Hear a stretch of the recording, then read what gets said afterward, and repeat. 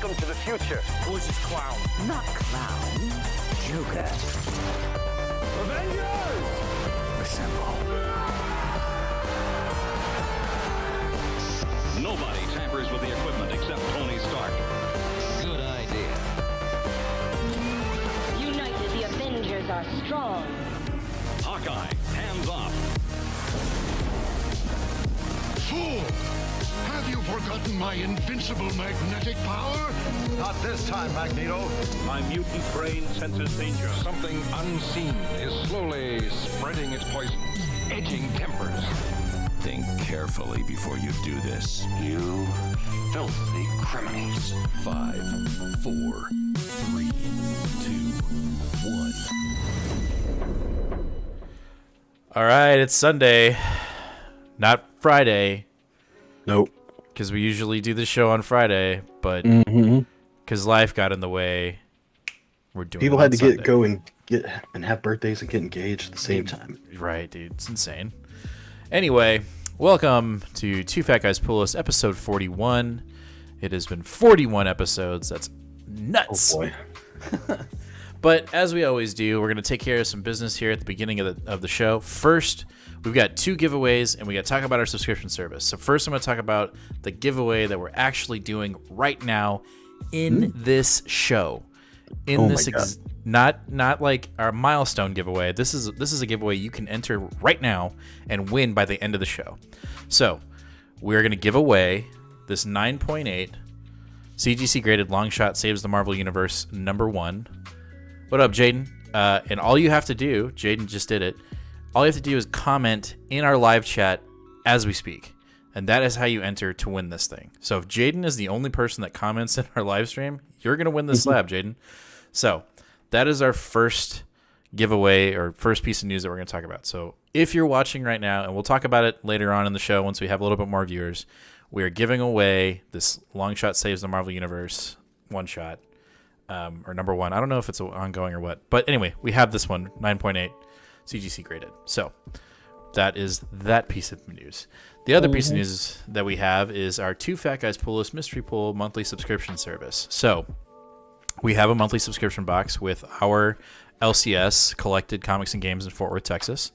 We're partnered up with Ron over there, and we have this service. So if you decide to subscribe to our monthly subscription service, you get 1 store exclusive, 4 to 7 back issues, which comprise of anywhere between bronze, silver, or modern age books, and a chance to win a big key book for $40 plus shipping. So the big key that we're giving away, or Ron's giving away for the month of May, is Amazing Spider-Man 252, the first appearance in Amazing Spider-Man's symbiote suit. So It's the first appearance of the black suit in Amazing Spider-Man That's what I meant title. to say. Right, you got it. What Nate Which said. is also tied with Marvel Team Up 141 as the second appearance of the black suit. Because first appearance is Secret Wars 8. Right, which I Try to also keep have, up. but we're not giving that away. So anyway, we're giving that away in the month of May. So if you are already subscribed or you haven't subscribed and you're going to be entered in to win that book. Also, everybody that subscribes to the subscription service this month for the month of May will be getting a Detective Comics #1, or I'm sorry, Batman the Detective #1. And I can't remember who did this artwork, but everybody will be getting this. I think it's like Nick something. Either way, this is a absolutely banger of a cover. It's really cool. I really like it. I'm pretty sure I'm going to pick this up after the show, even though I have it in my hands. But this Nick Robles. So everyone will be getting one of these in their subscription service box, in our monthly subscription service box. So pretty cool.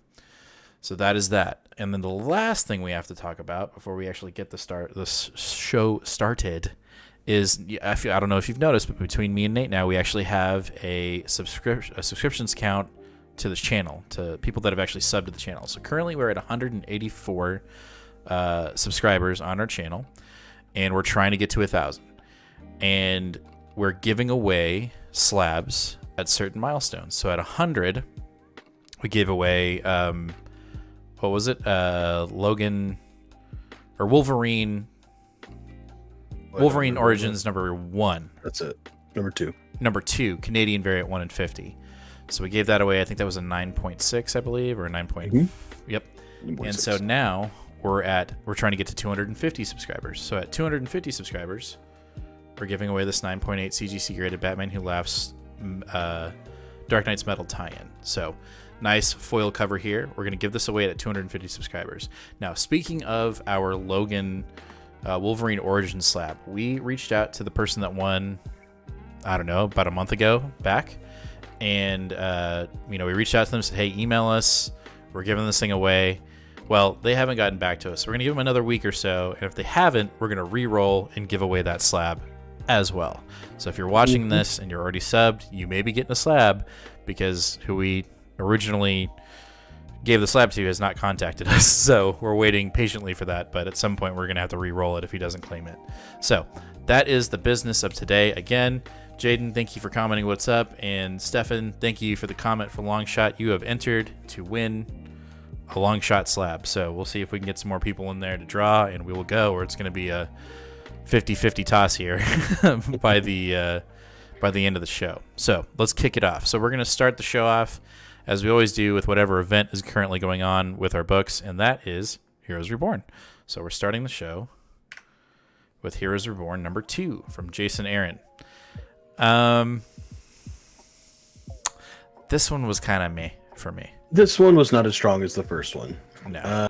Except it does start very strong if you're a Cosmic fan. Look at this. Oh, that was cool. Page.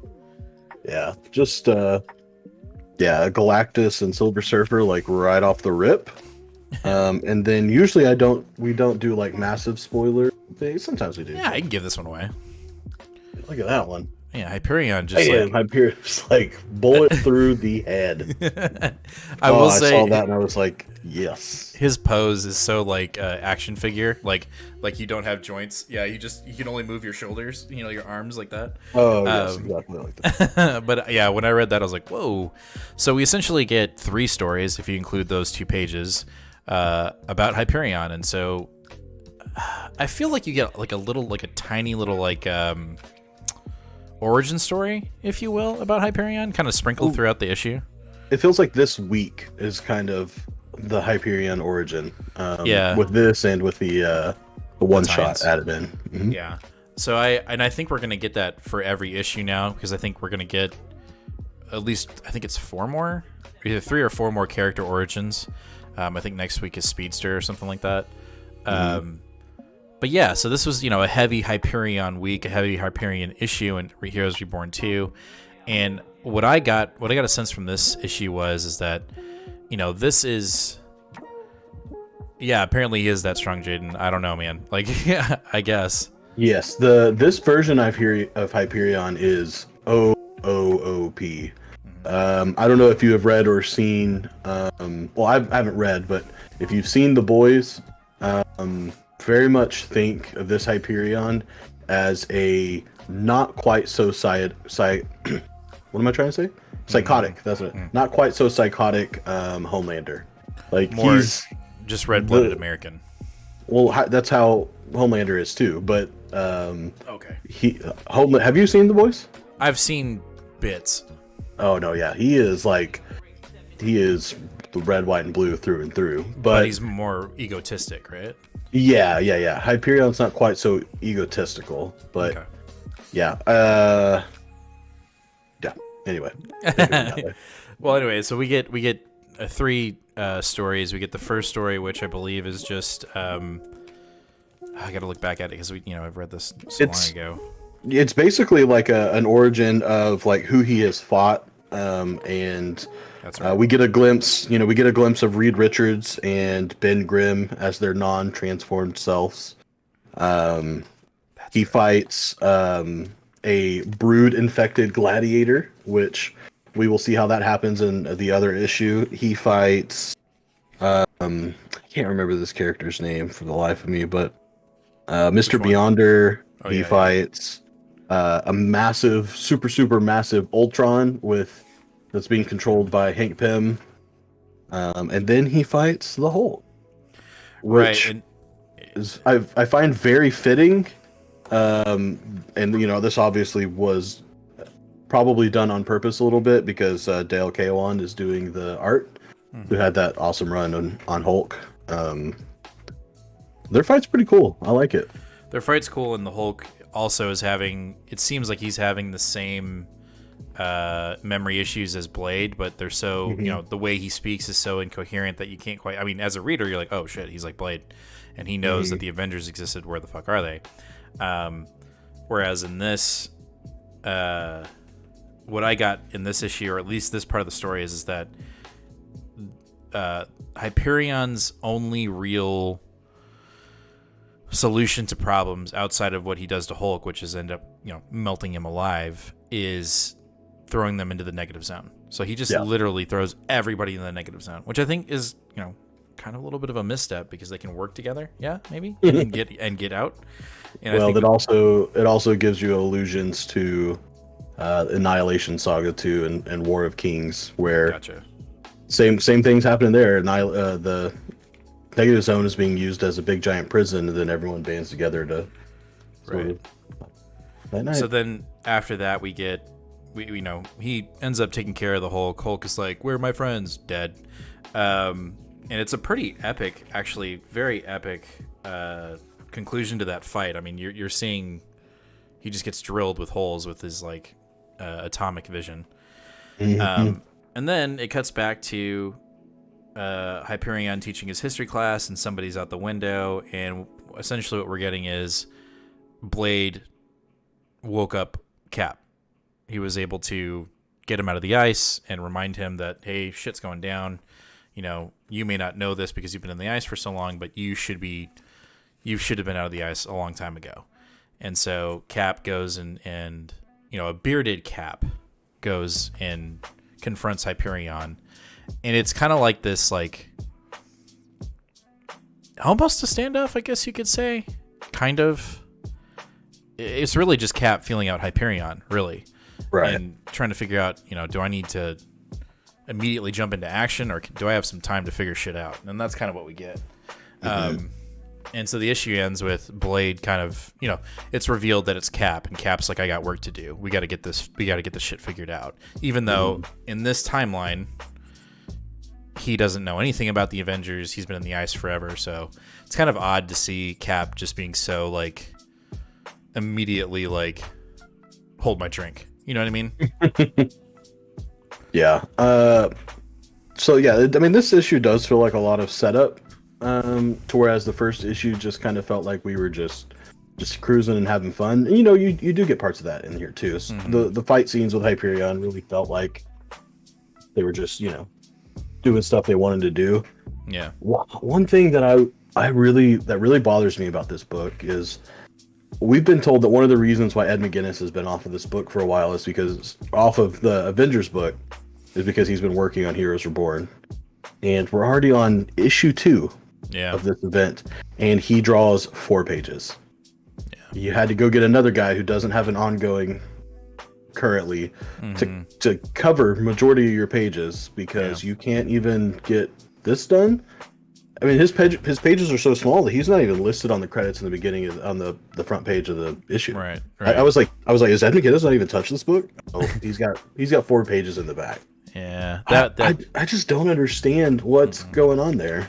Yeah, that was a little disappointing because the first page, I'm like, wait, what happened to our art? What happened to our artist?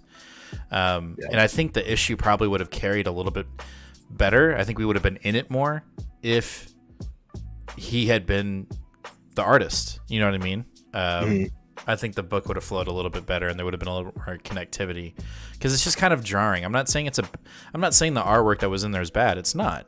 But you end the first issue, which is just heavy, and then you go to this and it's 2 other artists, and you're like, wait, what happened? You know what I mean? And then, like you said, you only get 4 pages, and you're like, come on, man. I want more. So hopefully, it's probably going to go like this for the rest of the series. I bet we're going to get 4 pages. The last 4 pages of every Heroes Reborn issue is going to be Ed, and then it's on to the next issue. Yeah, I think you're right. I'm trying to figure out who this character is a amalgamation of. Jaden said he loves Beyonder, and this is like the Beyonder mixed with another character, and I cannot remember his name. Well, the Beyonder doesn't look like an alien, right? He's more like a dude that's from Right. the 70s. That's what I'm saying, because he's called Mr. Beyonder, so he has like the powers and sort of origin of Beyonder, but he's mixed with this guy. I've literally got it almost right here. Oh my god. Whatever. I can't think of Impossible Man. Impossible Man. Impossible Man. I gotcha. Yes, it's like Impossible Man and Beyonder mixed together. Gotcha. Well, either way, I just didn't feel this issue it hit that issue 2 slump that a lot of series have, where like issue 1's like, oh my god, and then issue 2's like, all right, let's settle down. And this one, I'm kind of like, oh, don't do that. Like, yeah, don't settle down. Keep don't going. settle. That needs to be like 60, 125 miles an hour all the way through, please. Like, I want slow down, like in Donny Cates' King in Black, which we didn't get. It was just straight pedal to the metal to the point where like it felt like completely rushed. And in here, it's like, no, let's figure this out. I'm like, no. Keep going. I want to go fast. Anyway. What up, Luby? How you doing, man? I'm glad you're here. Are you reading Heroes Reborn right now? I know we talked about it on the podcast that you were maybe jumping in on this series, but I hope you are, because I think it's a fun idea. Don't get us wrong. It's definitely a lot more. I don't want to say lighthearted, but it just didn't. It came across better than we thought it was going to be. So, which is kind of nice. Stefan, here's a link to Impossible Man. I don't know very much about him at all, but he's like originally a Fantastic Four character. He appears I know about him from a New Mutants annual. He's like kind of like a goofy, kind of weird character. And before let's go to the next thing. So we're going to jump into the tie-ins this week, which are both Hyperion centric, and we're going to combine the two. So we're going to cut into this week's tie-ins in Heroes Reborn. We've got Hyperion and the Imperial Guard, and Peter Parker and the Amazing Shutterbug. I'll let you break down Hyperion's Imperial Guard, since that was the only one you picked up this week. Yeah. So we actually have 2 stories within this book. One's much shorter than the other, but this is even more of an origin of Hyperion, like before he sort of becomes the Cap fill-in. When he's young, he basically gets sent off to be part of the Shi'ar Imperial Guard, which, if you're a Cosmic fan, I don't know, that was super cool to me that he's over here fighting beside Gladiator and Oracle and oh gosh, what is her name, Stingray or something like that. There's a bunch of little cool characters. I know nothing about the Imperial Guard, so you're not getting up from me. That's a mistake. You need to know. I got plenty of time. So basically, the premise of this is that they've just defeated the big bad, who is Deathbird, of course. And they're heading home, and it's time for Hyperion to go back to Earth. That his time learning and training and being a part of the Imperial Guard is over with, and that he's going to go back to Earth. And they're like, well, you do have time for one more mission. Let's go by Deathbird's, she has a planet that's essentially in this weird pocket dimension. They're like, let's just go there and kind of pick it over. Now that she's captured it in jail, we can go look it over, see if we can find anything good. So that's what they do. They stop on the planet, they look around, and then it turns out that the Brood are hiding on the planet, and they start chomping people right away. Literally, they're on the planet for 2 or 3 pages, and then half the team's already infected with the Brood. And so basically, Oracle, who is also kind of is Hyperion's love interest in this, basically sacrifices herself so that Hyperion, Gladiator, and I can't remember her name. I think it's something like Stingray or something like that. Sure. Manta, that's her name, because she looks like a manta ray. Got it. So that they can escape, and doesn't work. So then Manta has to sacrifice herself, and it looks and seems as if Hyperion is the only one who makes it off, and he's all alone floating on a rock, because they blow up the planet to make sure that the Brood cannot get out anywhere. Yeah. Because the Brood are very, very bad. Hey, what's up, Eric? Thanks How's it going, Eric? Thanks for coming by. One thing that I thought was really funny and evidently tricked some other comic book reviewers is that this is referred to as issue, what is it, like 121? Yeah, something and like then that. there's like an actual like mailbag in the back with like fake readers notes. That's my favorite part of this book. Yeah, like it's it's meant to make you feel like this is a real thing from another universe, another reality, Yeah. whatever. And the mailbag is very tongue in cheek, which is hilarious. It's definitely Jason Aaron like poking fun at the community, poking fun at Twitter, and it's all lighthearted, I believe. But that I'm almost certain when he was writing it, he was like, "This is gonna piss some people off," and I love it. Like, yeah, I don't think it was Jason Aaron. I think it was Ryan Caddy. oh, was it? I mean, he signed it off, so Oh, okay. I think so.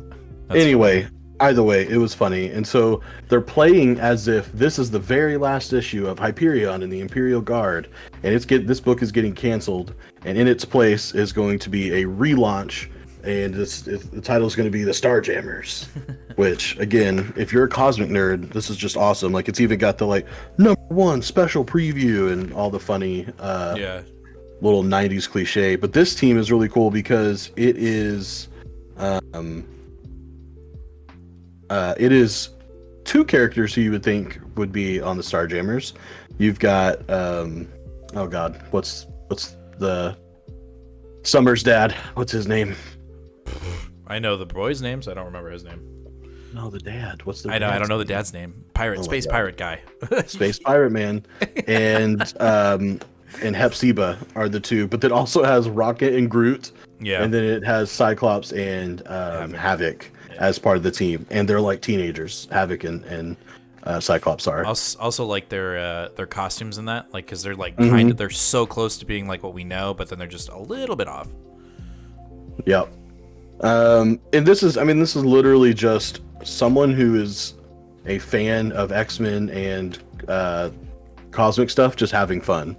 Like, they're out in space, and then all of a sudden the Nova Centurion shows up, and it's Johnny Storm, or it's Jonathan Storm. Not Eric Jonathan. says Corsair is Corsair. the name? Thank you. Oh my God, thank you. And yes, so Johnny Storm is a Nova Centurion. So anyway, this is literally just fun. This is just, we get a little Lalandra appearance at the end. They're looking for the Phoenix Force. Yeah. It's just a lot of fun. Honestly, this isn't like in no way necessary to understanding what's actually going on in the main book. And I picked it up because I am a huge cosmic nut and I like those characters, so I just wanted to see what we were doing with them. Right. I really enjoyed, actually, I like the Space Jammers story more than the Imperial Guard one. I did enjoy the Imperial Guard one, but the Space Jammers one I thought was more fun.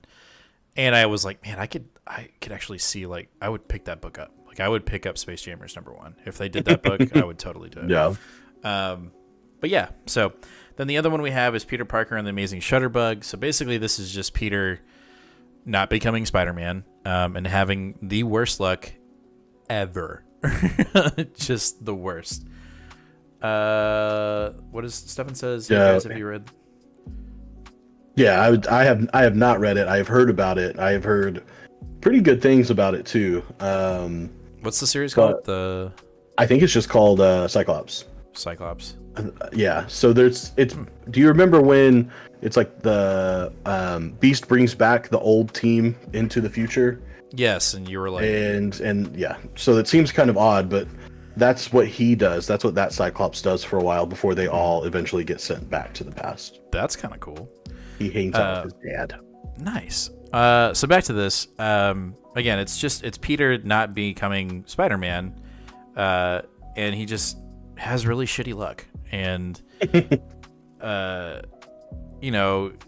one point, I can't remember exactly how it ties into the Heroes Reborn. The second story ties into the Heroes Reborn book very well. Whereas like Hyperion, like, okay, we found out how the Imperial Guard became Brood and why he was Brood in that book, and that was like one panel. In this book, we find out even more, because in Heroes Reborn 2, you see Peter like Hyperion shows up And the way it's addressed in that book is Hyperion sees Peter as like a nuisance, as just this guy that gets in the way. And in this book, when he shows up, Peter's like, no, Hyperion's a jackass. Like he sucks. And, he's being forced, obviously, to take pictures of Hyperion because he has to make money. So the background dialogue is Peter absolutely hates Hyperion. He's just like, he's a total jackass. And so at one point in the book, and I think it happens in Heroes Reborn, a bunch of bugs from Annihilus show up. Like Annihilus's bugs show up. And they start like destroying the city, and Hyperion uses his like frost breath to kill the bugs, and so Peter sees them fly away, but then one of them survives. And so when when Peter goes back into his office, he's like talking to one of his coworkers, like, hey, did you get any good shots? And he's like, yeah, it was really good. He goes, oh, can I take and then like the dude's head gets cut off, just cut off. And I don't know if you can see that in the camera, but he literally goes diagonal on his neck. And one of the bugs survived, and so it's just like laying claim to the office. And Peter's like, how do I fix this? So he ends up getting a fire extinguisher and puts it in the microwave, blows it up, and smokes everybody out. And as he's evacuating people out, he kind of lays like bait. He's like bait towards the bug, and it looks like he like puts together this like hodgepodge electrical rod, kills the bug, but when it happens, he gets bit. And when he gets bit, these like bug legs, but they look like alien bug legs, pop out of his sides, and he's like, oh shit, I'm gonna start taking orders from Annihilus. I gotta jump out the window. And he fucking kills himself. Oh damn. Before he turns into the bug. He's like, well, I guess I did something right today. And just now that's how the book ends. I have a suspicion that Peter's gonna show up later as the bug form, like it didn't work out, and he's going to end up becoming a villain. But it was pretty intense. The first part was kind of, I don't want to say boring. It was literally building up to the fact that he didn't turn into Spider-Man. I just don't think we needed, half the issue to explain that was happening. Right. But the other half, I was like, oh, this is kind of boring. This is just us showing what happens at the back end. And then that shit happened at the end, and was like, ooh, that went dark real quick. Exactly, Jaden. Dark, hella quick. Professor Comics says so many Peter Parker / Spidey titles lately. Yeah, for sure. Yeah. But this one actually was really cool. I wasn't expecting that ending. So is this the coolest Peter Parker Spidey story you read this week? Of Peter? Yeah. Yeah, because I'm not reading Nick Spencer's shit anymore. So. Oh, you must have forgot another book from this week. Well, what do you mean? Oh yeah, God damn it, Jesus Christ! I'm focused on Reborn. Don't start getting me into like later into the. We got a big stack here. It's a beefy stack. I can't just start thinking about other books. Okay, well, get past. It wasn't as good as that one, but it got dark at the end, and I really enjoyed that. So overall, that is our Heroes Reborn bubble. Bubble. I enjoyed the tie-ins more than I thought. I actually went into the tie-ins very reluctantly. I was just picking up for a collector aspect, and I actually thought they were a lot of fun. And I liked the tongue-in-cheek stuff in Imperial Guard, and I really liked how dark it got, even though we're about to get a lot darker in the other Spider-Man book that came out this week. I don't know. It was a good time. It wasn't as good as last week. The first book was really good. So we'll have to see how the event continues on, but overall, it was kind of I'd give it a C+ week for Heroes Reborn this week. Mm-hmm. So, all right, we're going to jump into our X titles, and we're going to start off with Children of the Atom number 3. Eric, if you don't want spoilers in this, if you're still reading it, probably should mute us now, but if you want to hear it, you can. We were promised an origin, kind of, in this issue when we first read the descriptor on it. Origin revealed. Kind of get that, like we got I guess, but there's still a lot of mystery. We got like the first drop, like tink. Not even like. Yeah, no, we did for sure. Like when you see the teardrop form, but it hasn't quite. Okay, you know that at least one of these characters is not a human, with nothing else. That's true. That's you know true. that it is not just a plain human. Yeah. No. So this book has me torn in a lot of ways. Eric, just Sorry, come Eric. back when the header's different book. Yeah, Sorry. give us like 5-6 minutes. Yeah, it won't be long. So there's, as a book that is not currently tied into what is going on in X-Men right now, I really enjoy this. This is the second book in a row where we get a strong glimpse of a character, and I think it is a very good story and very good character development. I feel like I read this, I can't remember her name, of course. I'm not ever going to remember any of these characters' names.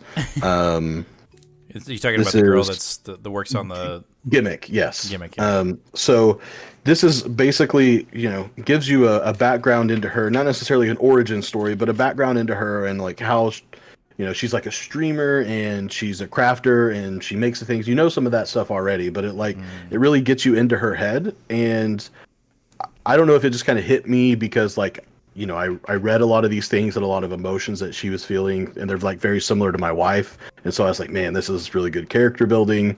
So maybe that could be a little bit of my own bias. But I thought it was really good. Putting this within the context of what is going on in Krakoa and Hickman's stuff, I there's not a lot of value here for that story. And it also feels like we're being a little bit misled in that sense. Like when we were given that timeline most recently about like what's coming up, like what are the books that are coming out, and like it was like, Children of the Atom that month, and we got X-Court coming out in May. Like you're right, it doesn't feel, as of right now, it does not feel coherent to what's going on in the Hickman run. Right. So essentially what we get from our somewhat origin, non-origin story is we find out that at some point in the near distant past, all of the kids somehow got onto a spaceship and went to space. And essentially they were in space for a while, the ship gets damaged, it comes crashing down to Earth, and they somehow survive. That's pretty much the gist of what happens. And so you're not really sure what that is supposed to mean. A lot of that story is chopped up between the kids going to dinner with it's the kid that Chase, the kid that was sick and then got better. And it turns out that essentially the way that he got better is there's this real sketchy guy that is finding a way to use mutant DNA to heal humans. And so they are now some type of extremely strange hybrid. They're not mutants, but they're not humans. If you look at their DNA, it's different than a mutant's, it's different than a human's. It has markers of both, but they don't appear as the same. Right. That's essentially what that is. So you think, oh, maybe that's what this is. Maybe that's what these kids are. Maybe they've all, from the crash, maybe they were all hurt, and this was the way they were healed too. Until you get to the last panel where you see Gimmick, like, starting to transform or something. I don't know what she's doing. Or she's got to go to the bathroom or something. Or turning into it. Yeah, no, that's not what's happening here. So she basically says, I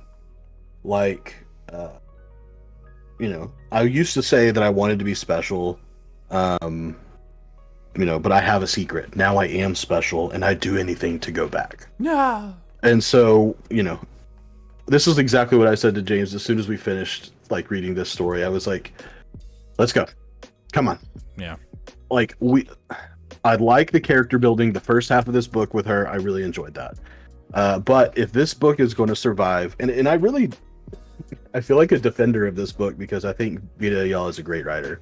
Yeah. But if this book is going to fit in, and if you're going to tell me that I need to be picking up 13 X books to understand the overall meta of the X world, I want to feel like it matters that the book I'm picking up is part of this world. And this feels like this could be a book that happened at any point that Krakoa and that general storyline is very unnecessary. I'm with you. I would just like to pick it up. Yeah, I'm with you in that boat. Like, I enjoy the character development, but I don't like being pulled along saying like this book matters in the Hickman run, right? Like it you know what? It hasn't outright been said that. They haven't said that. But when they put books together and they're like, this one came out, then this one came out, and it's just kind of implied like you need to be reading this if you want to be in the know with everything that's going on in X-Men. And in this issue, I think the biggest detriment this issue has is we don't know where we are in the timeline, right, of even these kids' stories. Like, Yeah. the last issue left with Storm giving them a tracker, and they were about to go into a gate, and then we go into backstory, and I'm like, well, no, Yeah, the pacing is getting a little messed up here. it's all over the place, man. And like, I get it. We read plenty of books where there are multiple stories going on in one issue, and we jump around, right? But it loosely, majority of the time, feels very cohesive. And in this book, I was like, I don't know where we are. I don't know how'd they get on the ship? Why are they on the ship? Whose ship is it? We don't get any of that. We just get ships coming down and everybody hold hands. Oh, I like you. Crash. Like, what? Like, you know, I don't know. It felt very messy. And I remember when I read it, I was like, hey, have you read this yet? Because I feel dumb. Like, I genuinely want to understand this book, and I feel absolutely lost. No, you're not the only one. Yeah, but that being said, I want to continue and want to see what happens. I mean, supposedly they're involved in the Hellfire Gala. I'm betting they're not. You know, it'll probably be like a panel where it's like in the background they see the island and they're like, oh, but spaceships. You know, they see it on TV or something. Exactly. That's exactly how it'll go, and they'll be like, man, I wish we could be there. Oh wait, we can't go through gates. So I'm also really worried about what they're gonna do to become mutants, because I'm pretty much convinced that they're not mutants. They're not. They're 100% not mutants, except for Gimmick something. We don't know what she is. She's something, but these are humans that are playing, I guess, dress up as mutants. I don't know. I mean, we'll see. I could be wrong, but that's the feeling I'm getting, that we're just pushing this idea that because you don't fit in, you feel like you don't fit in with certain people, you want to fit in where you feel like you fit in, which is with mutants. And I really hope that's not the case, but it just feels like we're going down that road. And maybe that's Ayala's, maybe that's what they want. They want you to think that that's the direction we're going. And if that's the case, kudos. That's awesome. But I'm just really worried that it's not that, and it's really just 100% they're not mutants and they want to play superhero. Like, I really hope that's not it, but that's how I feel. I'm just going to say it. But that's Children of the Atom number 3. Eric, if you're still here, you can unmute, and we're going to go into another new number 1. What's he going to know if he's muted to unmute? Well, I'm about to... He can read lips. I'm sure he can. X-Corp number 1 from Teenie Howard. You remember how we said that thing about how if you're going to put a book in the X titles right now and you're going to tell me I need 13 books and that needs to feel important? That's not what this feels like. This ain't it.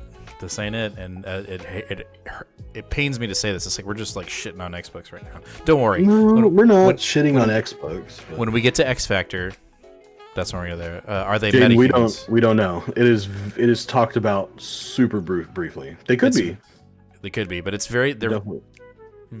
Ayala is very vague. They're very vague, and I think it's on purpose. They want to draw it out as long as they can, and it's starting to get a little frustrating. Anyway, X-Corp number 1. I don't know, man. I'm just gonna go right off the bat now and say, after Hellfire Gala, I might be done. And I hate saying that. I feel very judgmental right now. But if I don't know. This did not get me at all. It was super dry for me. Yeah, I just didn't really care. And I didn't really understand what a value this was bringing to the line. Again, this story is essentially, the majority of this is the formation of the actual corporate team, the X-Corp team of Angel and Monet. going out and recruiting a couple of people to be part of the team. She gets Trinity, who has a criminal background for the most part, and then I don't know if they recruit Jamie Madrox so much as she mentally bashes him into being a part of the team. Monet feels very heartless in this story. Like, she just almost I don't know her character at all. Maybe this is how she is, and 100%. That's just what she does. But I was like, I'm not interested in all that. That's just, I don't know. It was like, she was like, oh, I can't talk to Xavier. I've got an important phone call. It was very 0 to 60 with that character in this book. Whereas she's in Hoxpox, and she did have she was very brutal in her actions, right? But she was actually fighting. And I felt like I connected to that version of the character a hell of a lot more than in this book. In this book, she's just very brash, in a corporate way, and it was kind of off-putting. I will say that there is a middle end part of the book that it started to pick up a little bit. We're getting people, humans who are dealing with them in business-wise, trying to blackmail them, essentially, and I think that's where the book kind of fell apart for me, in the sense it came together and fell apart at the same time. You've got this human who is trying to blackmail X-Corp before it even gets off the ground, pun intended. You'll have to read it to find out what that's about. But then it falls apart because you're like, oh, I've blackmailed you, I've got you in a corner, there's nothing you can do. And then the X-Men are like, no, not really, because we can do this, right? And it just didn't feel like it had any weight, and it definitely didn't have a no shit moment for me at all in this book. It didn't land. And I want to know, obviously, when they set up the idea of mutants being independent and creating drugs, life-saving drugs for all nations, and being somewhat of a superpower on Earth, that's intriguing. And here it was it just didn't. It felt like the voice was lost in this book, and I don't like saying that because I like Howard's work a lot. Yeah. Stefan, I would say no, not really. He's very minor, at least in this issue. He does get a couple of funny, quotes with his interaction with his multiples, but honestly, his small involvement's kind of sad in here. It made me kind of feel bad for him. Yeah, he definitely gets taken advantage of in the book. I would say that if you're a huge Madrox fan, you don't need to pick this book up to.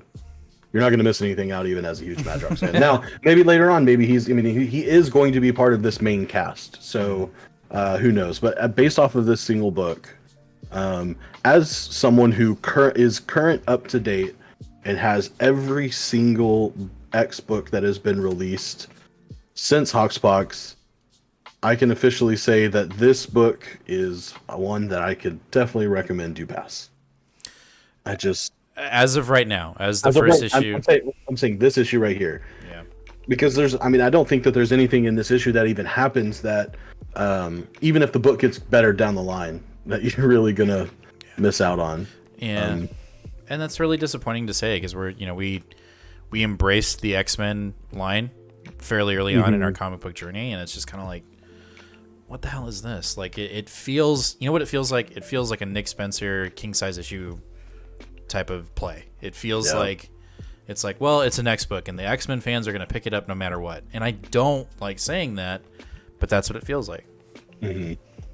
Yeah, so we'll see where this goes. I will personally, because I am a glutton for punishment, will probably give it 5 issues like I do almost everything, because it's already going to be off track next month with Hellfire Gala, and so I at least want to get one arc under the belt so that we can see what's going on. But for sure, yeah, and I'll probably do the same. But I really hope the next issue, which is dealing with the Hellfire Gala, just kind of, that's asking a lot, right? Because it's dealing with an event issue within the series, but hopefully it can find a little bit more of a stable ground and not so in the air. And I'm going to keep throwing those puns. Let's get to that last X book. Yeah, so that is X-Corp number 1. Next up, we have X Factor number 9. The, what do you call it? The penultimate issue. Which Of got the sprung on series. us out of nowhere. We were Wow. literally eating lunch one day, and they're like, "Hey, X Factor's ending." We're like, "What the fuck?" Yeah, we were inside of a very prestigious institution called Best place- Taco Cabana. Taco Cabana.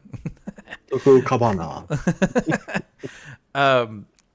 You know, we're carrying on this Siren. What's the name? The Morgan. Yeah, Storyline. Morgan. You know, this death spirit, and our team has jumped into the subconscious of Siren, and then basically what this issue is Inception but mutants. So Yes. a dream within a dream. Yeah, so that's what we get in this book.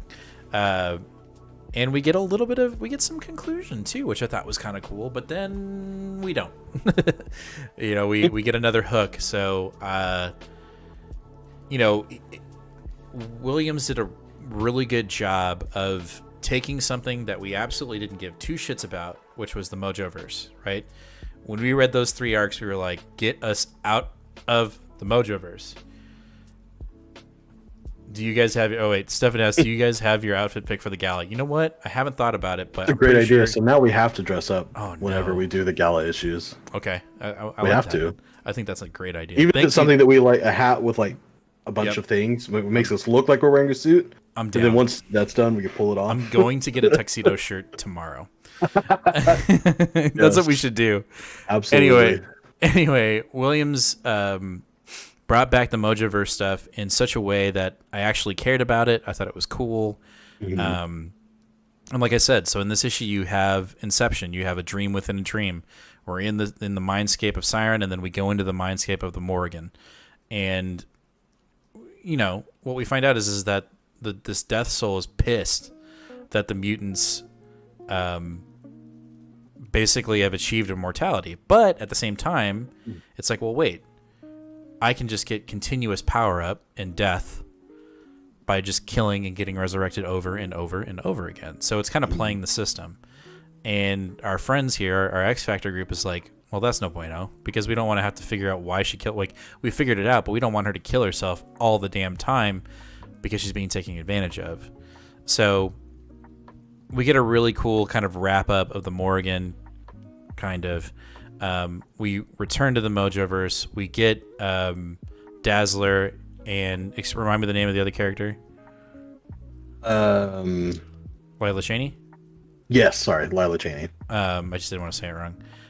They pull off this awesome concert because they got to try to, you know, the group is like, what they find out is that there's a prophecy, and the prophecy basically says we need, I forget how they say it, we need the father who is also his own son, which is Shatterstar.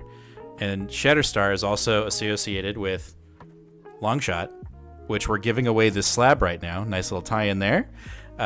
So we're going to take a little break right here. If you're watching this live right now and you're currently viewing and you haven't commented in our live chat, if you commented in our live chat, you'll be entered to win this slab tonight. At the end of the show, we're giving it away. So Jaden, Stefan, Eric, Professor Comics, Texas Force, you're all entered currently. While Nate was doing another review, I was putting your name in a wheel spinner. But if you're currently watching and you haven't commented, you could win this slab right now by just commenting in our live stream chat. Anyway, back to the issue. The prophecy basically says that they need Shatterstar to kill the Morgan. So they have to figure out how to get him out of the Mojoverse. Well, that's not the easy part. So they construct... Jaden says, what in the world? His own father? We'll break it down. We'll get there. Oh, yeah. Nathan's gonna break it down at the end of this, and we'll jump into it because it's pretty cool. I don't know about cool. It's weird.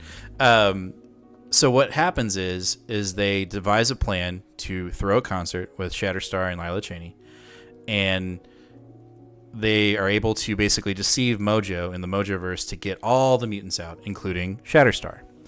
So when they get Shatterstar out, they're like, hey, by the way, welcome back. Here's Krakoa. Let's go on a mission. Yeah. And so he immediately goes into the mindscape of Siren, then into the Morrigan, and kills the Morrigan. But in doing so, at the end of the book, the Morrigan feeds onto Shatterstar. So she jumps from Siren What it appears that he jumps, right? It's yes. So it seems as if both Richter and Shatterstar are affected by the Morrigan. Now, I don't know if she just like passes through them essentially, or if it literally infects them, because the Morrigan typically infects females. So I'm not sure. This is obviously supposed to be open-ended, I think. Gotcha. However, it took a little bit of research, which we did right before the show, but I do really like the callback to Richter and Shatterstar's relationship, which was covered in Peter David's X Factor back in the mid-2000s or something. And so we're not sure what happens, because the last panel is Shatterstar like with his hand over his heart with like a little shadow going through him. Also, I want to say this. One of the strongest things about this issue, and of course all these issues, X Factor issues, is the art. Peter Baldion does an amazing job. And if this isn't a direct homage to Juan Cabal's Guardians run that just ended, I don't know what is. This full page spread, but then it's got all the extra panels. Juan Cabal, I think, did that 5 times in his 11 or 12 issues in Guardians. That was like his thing. It was just a big splash page, but not quite a splash page, and I really enjoy that. As soon as I got to that page, it's the centerfold of this book, and I got there and I was like, oh yeah, that's awesome. That's what's up. Yeah, the artwork in this book is fantastic. I don't believe the artist is jumping onto Magneto's book, which is he's not. So boring. Yeah, for those that haven't heard too, issue 10 of this book is going to be the last book, but then Leah Williams and the majority of the X Factor team is going to be moving to a new miniseries called The Trial of Magneto, which is obviously a result of something that happens in the Hellfire Gala. It's going to be a 5-issue mini. I don't understand why it can't just be issues 11 through 16 of X Factor, because you're going to have the same writer and you're going to have the majority of the same characters. Why can't, why does it have to be different? Right. I think that does seem a little bit too... we're screwing around too much there. Especially because, like you said, David Baldion is not going to be on the Trial of Magneto, so that's a bummer. Especially because I feel like the series. I don't know if you've seen the numbers, by the way. This is going on a tangent, but it's a tangent that I think it's important. Yeah. Do you know what is in the top 5 most pirated titles of the past year? You have Venom. Nick Spencer's Spider-Man. You have Venom. You have 2 different event books, Empire and King in Black. You know what number 5 is? X Factor. X Factor. What? Over 500,000 pirated issues. That's kind of cool. Just from one website. Well, it's not cool though, because how much it sold. You know how much it sold through 9 issues? Yeah. The rough estimate right now is less than 50,000. Let me rephrase. I'm not saying it's cool that it's pirated, but that should. Yeah, you're right. But for as many people, I mean, maybe it's just me, but I'm in a lot of Facebook groups and on Instagram and Reddit, and I can't tell this is always the case, right? The vocal minority, but so many people are pissing and shitting on this book. Leah Williams sucks. She can't write. Like, who gives a shit about this? It's just SW bullshit. And this is one of the most pirated. All these simps that are complaining about this book are reading it online. And it's frustrating, because that's why this title is getting canceled. Now, luckily, Marvel understands that they have a talent with Leah Williams and are allowing her to do another book still. Yeah. I think that's probably part of the very strong relationship that she has with Vita Ayala and Tini Howard. I don't know if you've noticed that on social media, but they're like super close friends. It's really cool. I like it when writers of a whole world are close knit like that. Right. All of that to say, it's cool that it's interesting that this title is that popular, yet that underbought. It kind of sucks. Luby says, if you like a title, go and actually buy it. Yeah. Luby says either lower the price of the printed book or bring the books to digital sooner. I can agree with that 100%. Like, I totally get that. I don't know. I I guess in a world where art media in general is just all becoming digitized, and the ability to steal things is so easy, it makes it seem less taboo. Like, most people would never walk into a store and even steal a $2 candy bar. Like, it make them feel wrong. But you're doing even more damage by reading a $4 comic book illegally, because you're talking about economic impact, right? Right. And so I get what you're saying, but I just don't know. Like, bringing it to digital quicker, I 100% agree with. Like, I think they're actually even kind if of a month. they're kind of doing that. They I are, feel like right? they're It doing used to that. be a 6-month delay. I think right now we're on a 3 or 4 month delay on Marvel Unlimited. It'll get I sooner and sooner. also think digital copies should be cheaper. I shouldn't be paying the same price that I have to pay for like printed material. There's obviously cost in there. Like $4.99 or $4, I still think is maybe a little bit too high for comic books. I think it should be $1 less. That's neither here nor there.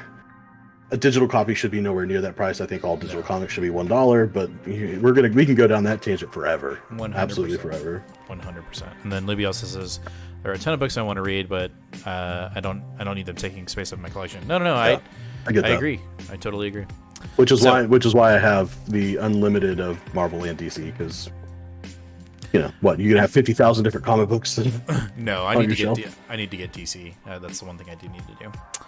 So that is X Factor number 9. We are excited to see the next issue, but then we're also not excited to see it end. But we'll get more later on down the road. All right, jumping out of our X-Men books and directly into Fantastic Four number 32, we have The Bride of Doom Part 1. Good book by Dan Slott. Huh? A good book by Dan Slott. A good book by Dan Slott. And also Silva fucking kills it in this book. I miss him on Xbooks for sure, but I'm glad that he's on a book that I'm reading currently. I mean, I'd read it no matter. Like, that's one of the main reasons why I picked up Fantastic Four, was because Silva was on the book, and I'm like, I'm reading it. I don't care. I love his artwork. But what we get in this issue is, it's I'd say a little bit of a misdirect, because we were kind of, again, when this was brought to us, we were like, oh, this is going to be the beginning of the marriage of Doom, and it's more like the very, very, very, very beginning of an idea of Doom getting married, essentially. Yeah. So, the first cover we saw, this was not the first original cover we saw, right? The first cover we saw was Doom getting married to somebody we didn't know who it was, right? And so I thought that this issue was going to start with, me personally, I think you just got in your own head. Whatever. Anyway, I thought that it didn't make me not like the book anymore, but I was expecting, like, we're going into a wedding, and it was more like, no. Yeah. And we get more of what the cover really is, which is Johnny fucks up, bro. Like, he just continues to get in his own way. Yeah, I don't know what it is about that Dan Slott has against Johnny Storm, but he just can't be happy. He's writing him a little harsh.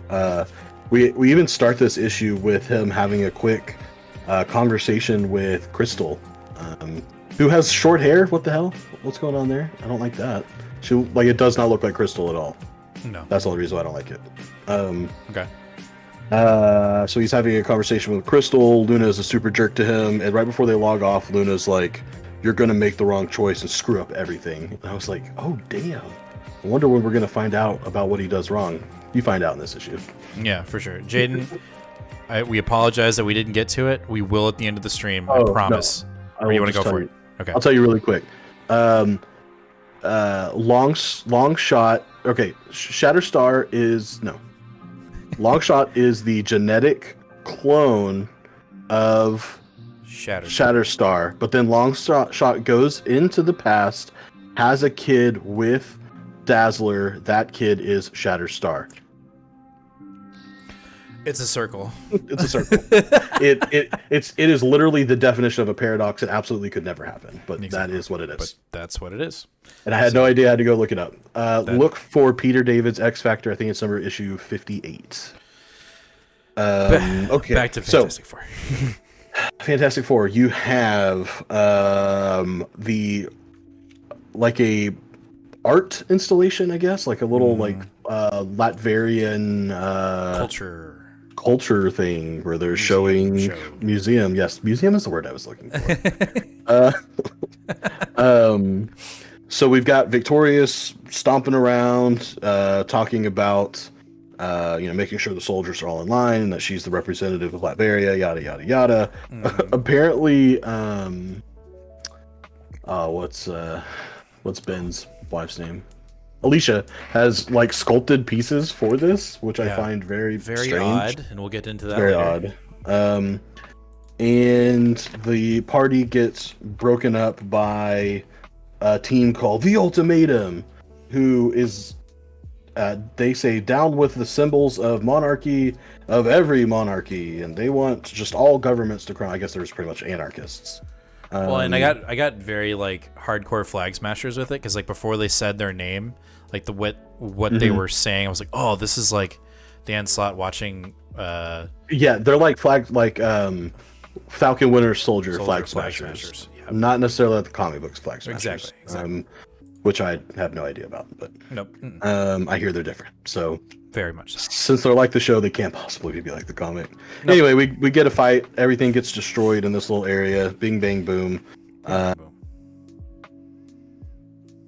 Johnny is talking with Sky, and it's all like, hey, like, we're all lovey-dovey and stuff. And then it turns out this damn ex-wife, the Skrull, whatever the hell her name is, acting as if she is Sky. Yeah.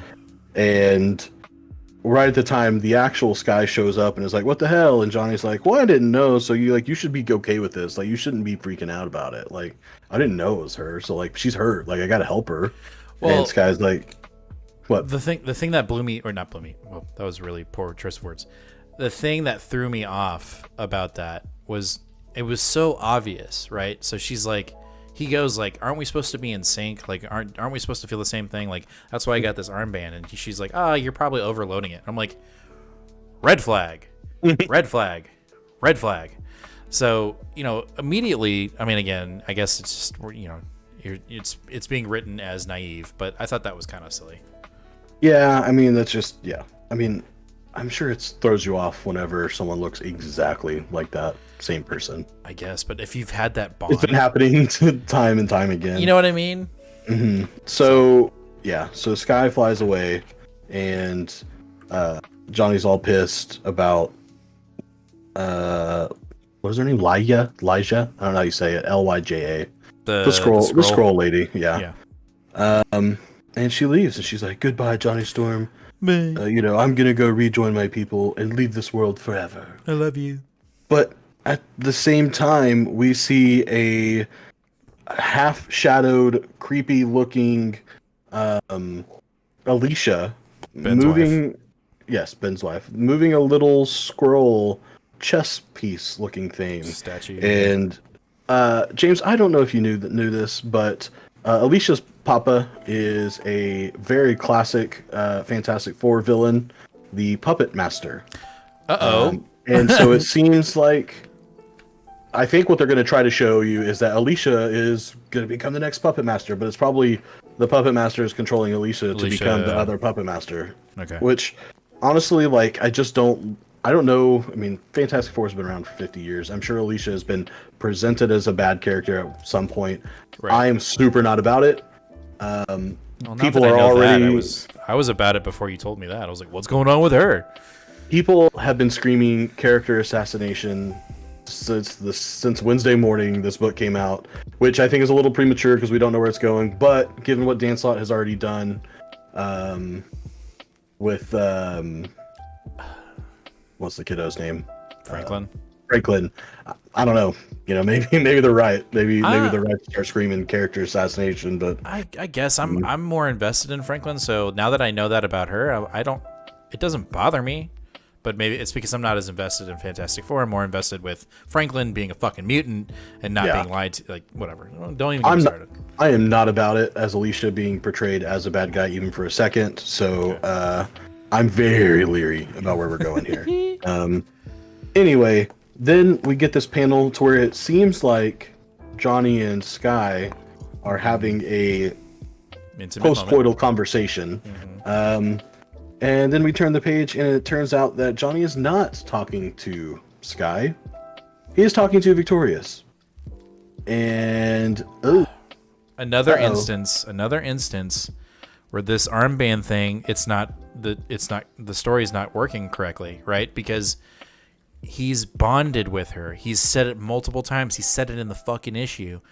I am bonded with you. Why isn't this thing working? And then you realize that the person that was in front of you was a scroll. So maybe you should realize that you have a cheating tracking device on your arm. yeah, I don't. But know that but and at the same time, take that out of the equation. The whole idea is that they're synced, right? They feel and know everything that they're doing.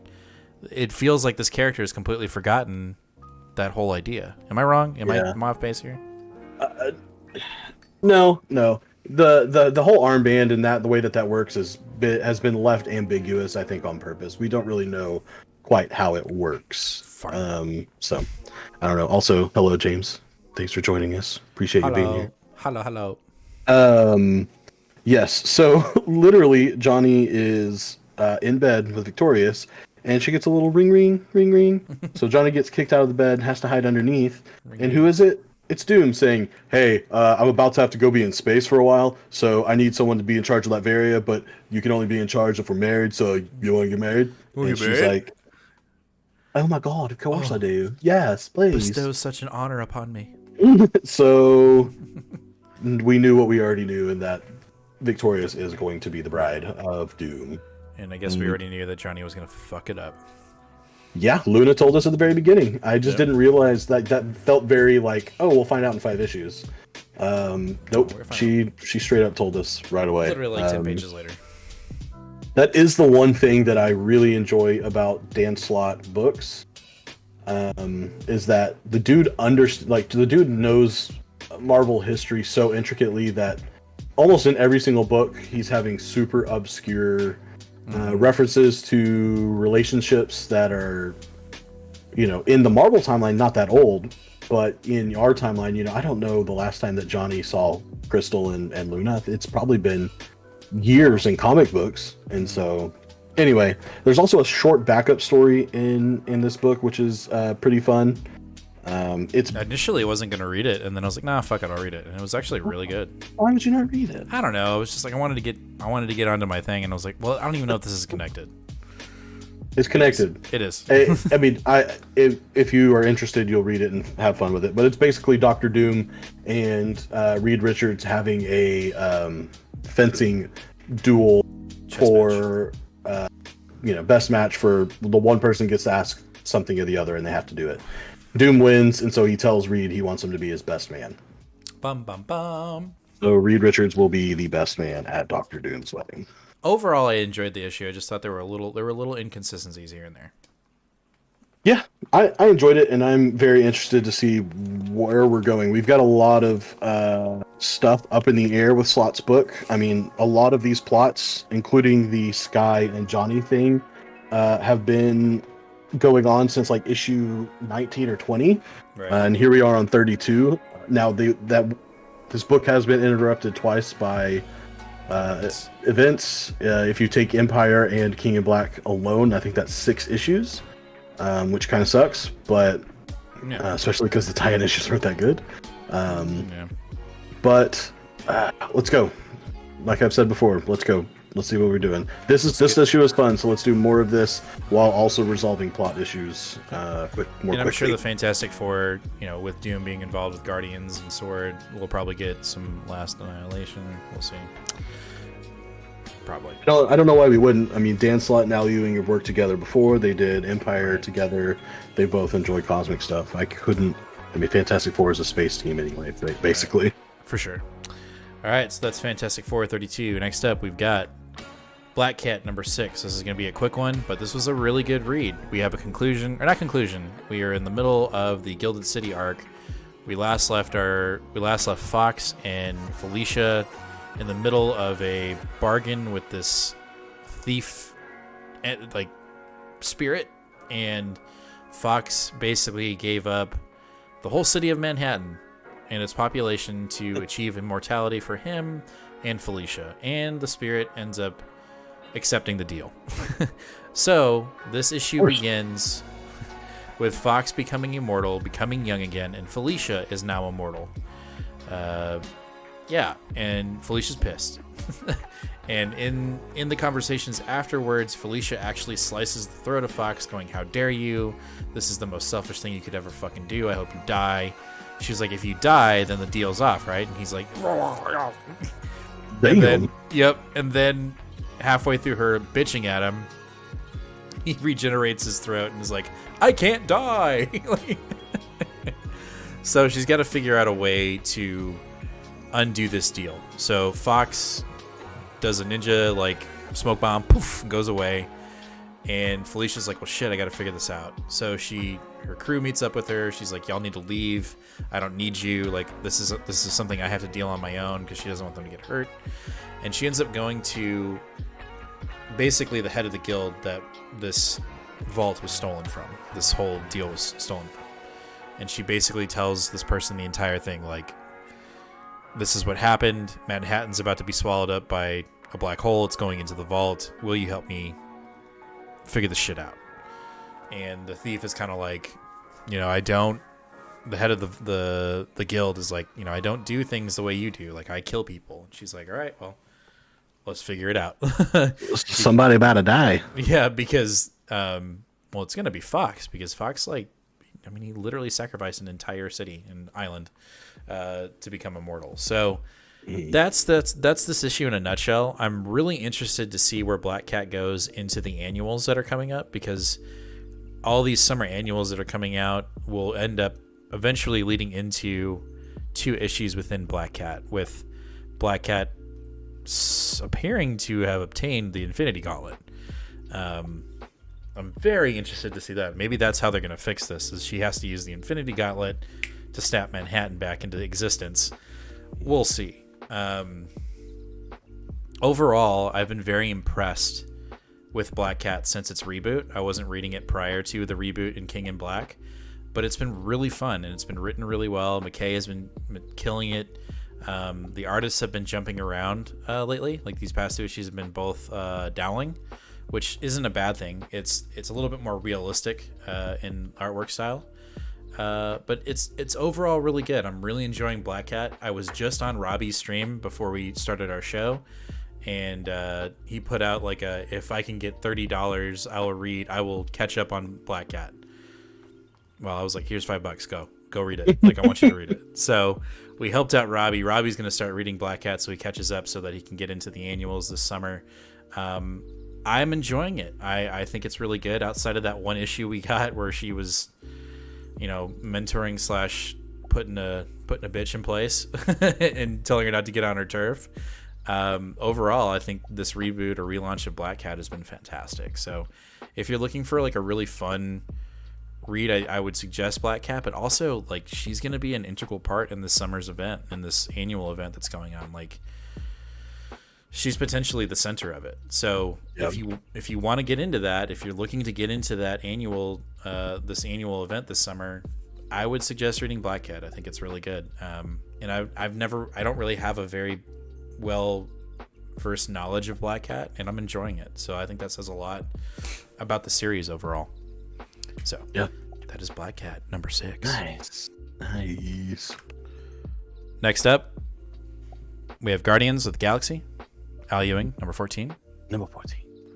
This is our pick of the week. There it is. Again, so you went with this one. Huh? I went with this one because, it was between this and Spider's Shadow. And the only reason why, and I kind of told you in our Comic Book Haul video, I was like, I kind of feel like this might be my pick of the week because I don't think the epicness and the surprises are over. I think we're going to have 3 issues of just like surprise, surprise, surprise, oh shit, oh shit, oh shit. And it definitely happened in this issue. Yes. Yeah, this issue is a lot of fun. It's going to happen every week. I'm going to say the same thing every week. Yeah. But like, I'm just a sucker for Cosmic Shed, and this just hit all the Is it all more the right sparkly? spots Why for is me. the shit? Why is it cosmic shit? What makes cosmic shit? Is it 'cause it's sparkly? It's actually chromium. Oh, It okay, looks like gotcha. it came out of Silver Surfer. Yeah. It is endued with the power cosmic. Got it. That's powerful. So I actually don't want to go Yeah. like really heavy into this book because I really want people to pick this up.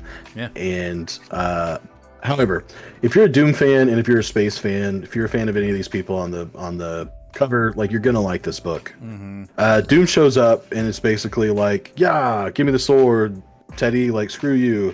And Teddy's like, nope, I don't think so, and calls the sword back right away. And he's like, this sword knows whose body it's supposed to go to. And Doom's like, yeah, I know. Yeah, And then yeah. he Doom switches- does switching body ninjutsu. He's like, and he goes, he Yes. jumps into Teddy's body. Yes, he jumps into Teddy's body. I also love how he instantly uses. So Teddy turns around and he's got a Doom mask over his face, and I was like, how did he just made a mask right away? And then I realized Teddy's also a shapeshifter, so Yes. he literally shapeshifted a Doom mask mask. onto his face. Love it. He proceeds to stab Wiccan, not to kill him, but to disrupt his magical powers. And then he basically, disables everyone else, just like, kicks Nova down, breaks Rocket. Yeah. Doom essentially has this fight in the bag. Like, halfway through this issue, you're like, oh shit, Doom's going to walk away. He's going to walk away with the sword. And Teddy is in Doom's body, Doom's Yeah. armor suit, and so he overrides the suit, and so now the suit's in control, not Teddy. Yeah. Then that's what's going on with Team A. Team B is back on the far outer reaches planet where they have come across this multi-alien but led by a Skrull religious war cult that is doing some type of conjuring. And she is saying the names of a bunch of stars, and Phyla is like, what does all this mean? It's, Super Skrulls is kind of like, these are these 3 different stars. Like, the only place we can really see those 3 stars is right here.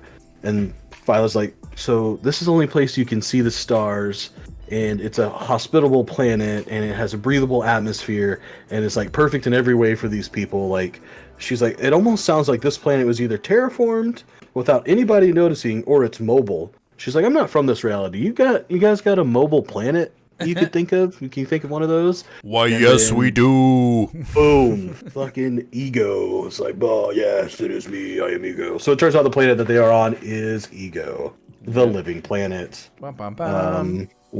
I don't know why, but I think Ego is so campy in the best way that every time, like, just like a literally a living planet that speaks, it's just like, what? But James, I don't think you've read the Nova run that ties in with like Annihilation and all of that. At one point, Ego gets turned into a Nova Centurion. Is that the entire planet? Is that in Annihilation Conquest? At the very end, I think. There you go. I think it's between Conquest and War of Kings. Doesn't matter. Gotcha.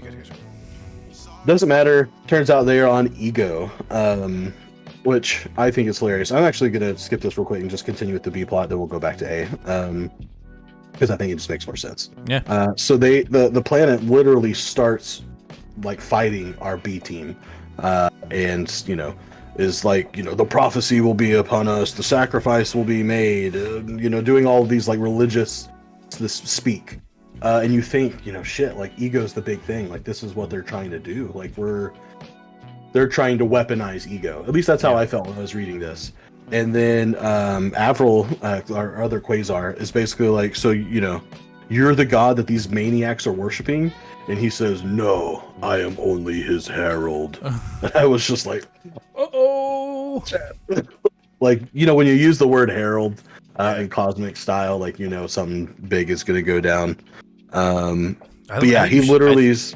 I think you should. I think from here on out, I think you should just say read the issue, because like, I think you should. I mean, I'm just saying, like, basically you're halfway through the book right now, and I think we should let people, like you said, you want people to pick it up. I think you should You're right. There's that cliffhanger. I'll tell you all of it. Yeah. Well, I don't want you to go into it because I want people to read it too, because you know me, right?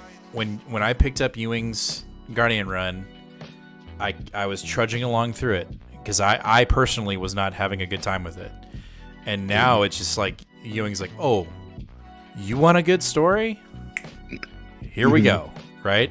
And so we've got Ego. Something's going on that planet where Nate just left off, and then we've got our A team with Doom swapping bodies with Teddy, and it goes and someone else. Well, yeah, and someone else. You're gonna have to read and find out what happens, but it gets hairy.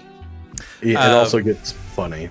It gets very funny, and Doom is at his strongest and his weakest in this issue, and I think Ewing plays it so well. And this issue ends. This is why this issue was my pick of the week, because how it ended. Like it had all this great stuff, all this like epicness, and then it ended, and you're like, oh, I want more. I want to know what's going on. And like literally, we have to wait a month. We have to wait a month for the next issue, and I'm like, damn it. So yeah, there are a few books right now that are literally like, because we're reading so much. Like by the time I get through reading, I'm like, okay, this was a good month of reading or a good week of reading. But like, there's not a ton of books that are making me go, oh my god, what else is next? What else is next? Yeah. This book did do that. And Ewing's stepping up his game. That's all I gotta say. Yes, and I'm sure if you're in the comics right now, you've heard about Last Annihilation. I know we've talked about it a little bit. That's an event that's coming up that Ewing is writing that will mainly take place, I think, in the books of Guardians and Sword. Unless they're not tied, I really do feel like this is like prelude to the Last Annihilation. We don't know. If they were to do it in omnibus, this would be in there. Oh, for sure. Yeah. This would be a prelude issue, no doubt. I think we'll see.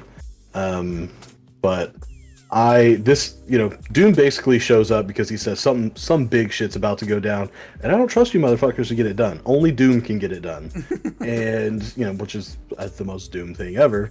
Yeah. But even Doom's coming up and is like, listen, this is my reality, and it's about to get messed up, and I want to be here to protect it. So, yeah, I am so excited about what we're doing here, about what kind of grand cosmic schemes we've got going on, what sort of reality warping or time travel or cosmos, multiverse, something.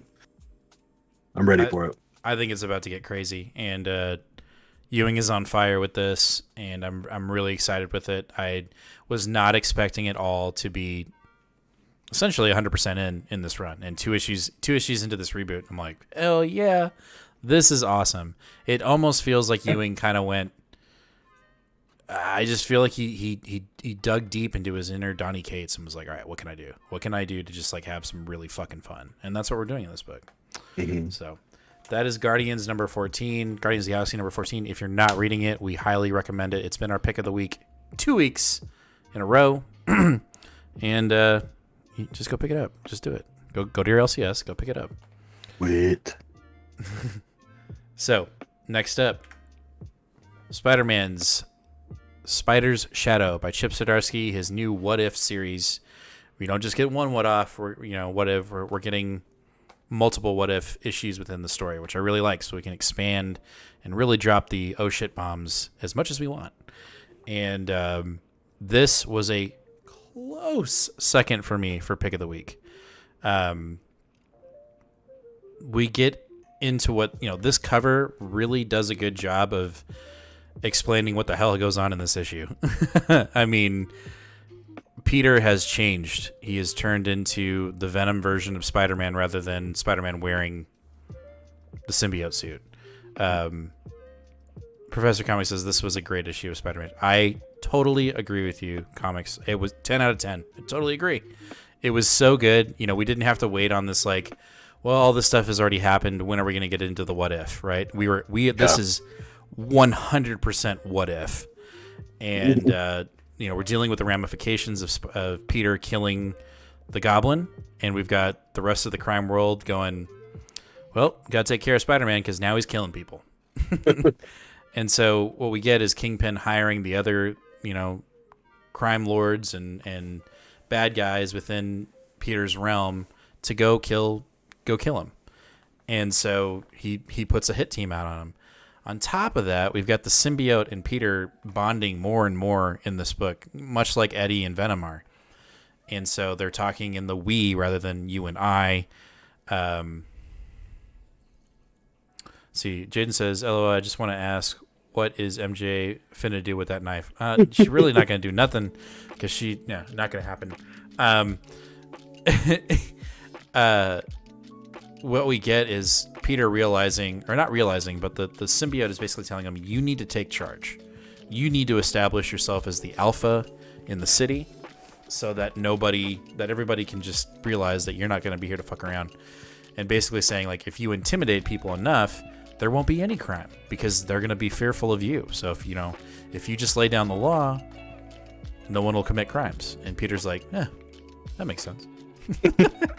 So first he goes and sees Jonah at the paper and intimidates him is a good word. And basically tells him, if you run more stories of me being a murderer or being a bad guy, I'm gonna kill you. I'm gonna kill you dead. You tell people I'm killing people, I'm gonna come kill you too. I'm gonna come kill you too. Exactly.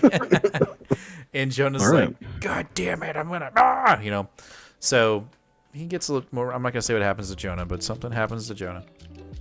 And then as he's leaving the office, Spidey gets hit up by Shocker and Scorpion, and I think that's it. I think those are the only two that show up.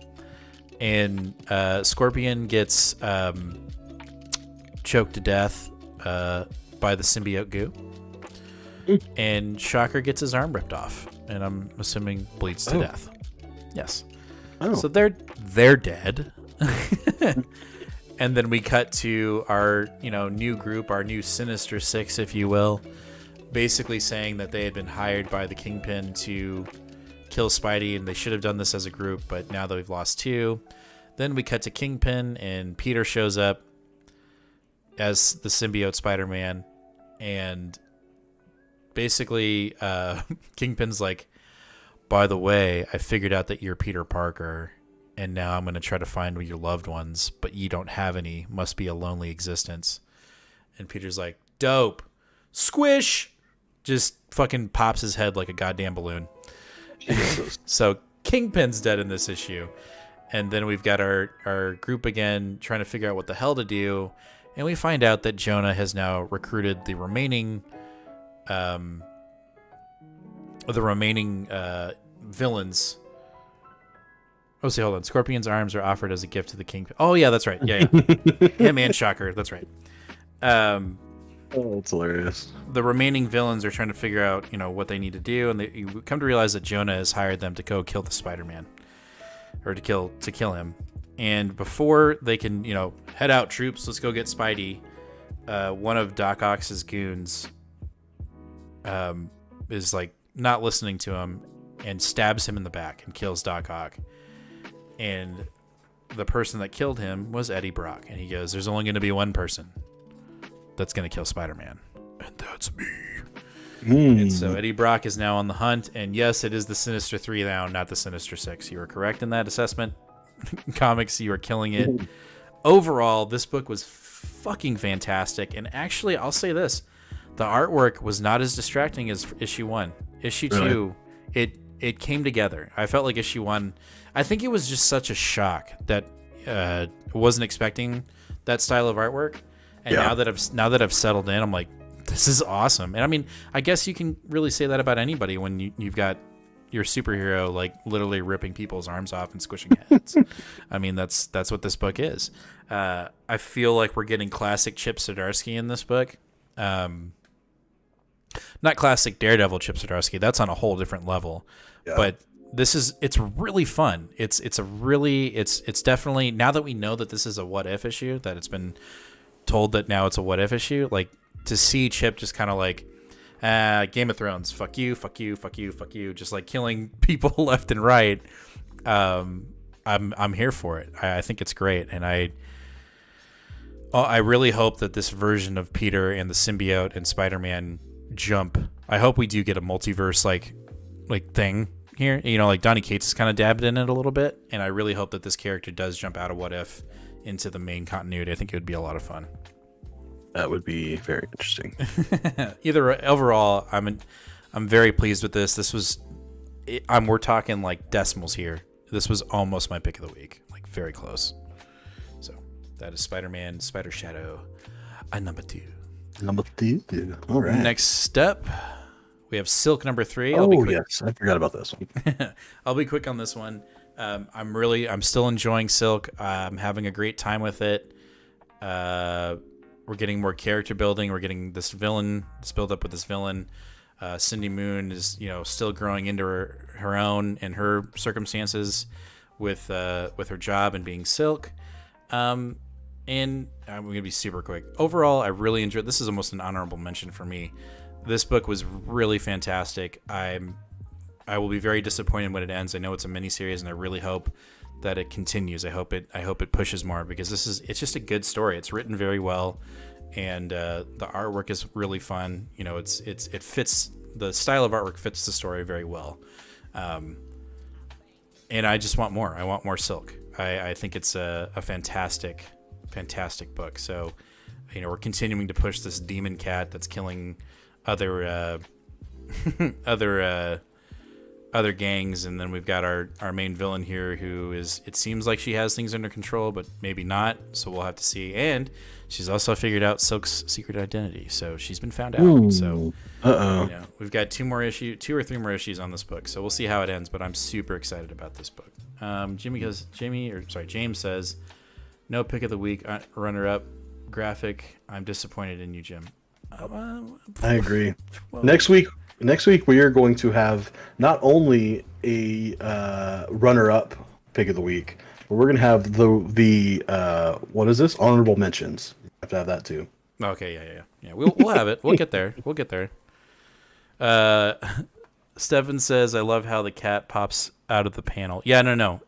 The way the book reads and the way the art works in this book is fantastic. Like, I know a lot of people aren't on this book, and I think they needed to reconsider. I think they need to. I know they were out after 1, and I think they need to go pick it up. It's really good. I think it deserves it deserves attention for sure. Nice. So next up we have Star Wars: The High Republic number 5. So I think I'm just going to loop this one in with the next 2, which are all honorable mentions. Honorable mentions, because I don't have a lot to say about this one. If you are reading Star Wars: High Republic so far and you're enjoying it so far, you're going to enjoy this one as well.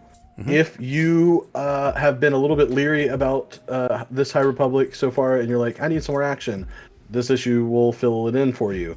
This is basically almost an entirely fight issue. We're fighting the entire time.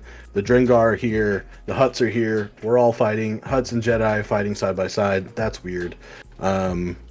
We have what are the big giant beasts called? There's that so they many. ride on?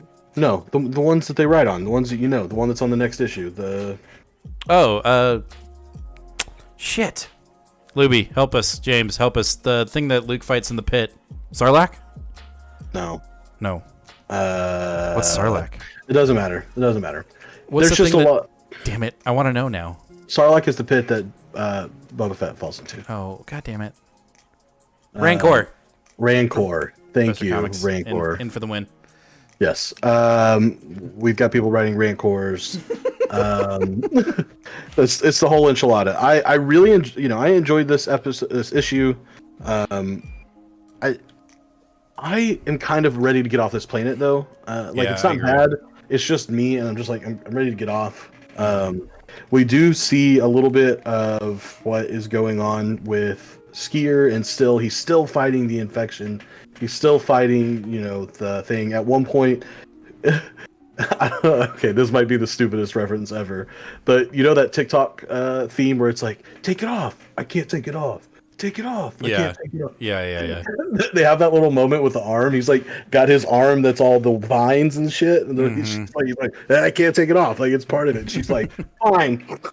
And she just cuts it off. And it's actually kind of gross. Like it is gross. It's tentacly and stuff. If you've got a problem with like the holes and all that, I don't know. And then he makes a blade out of it instantaneously.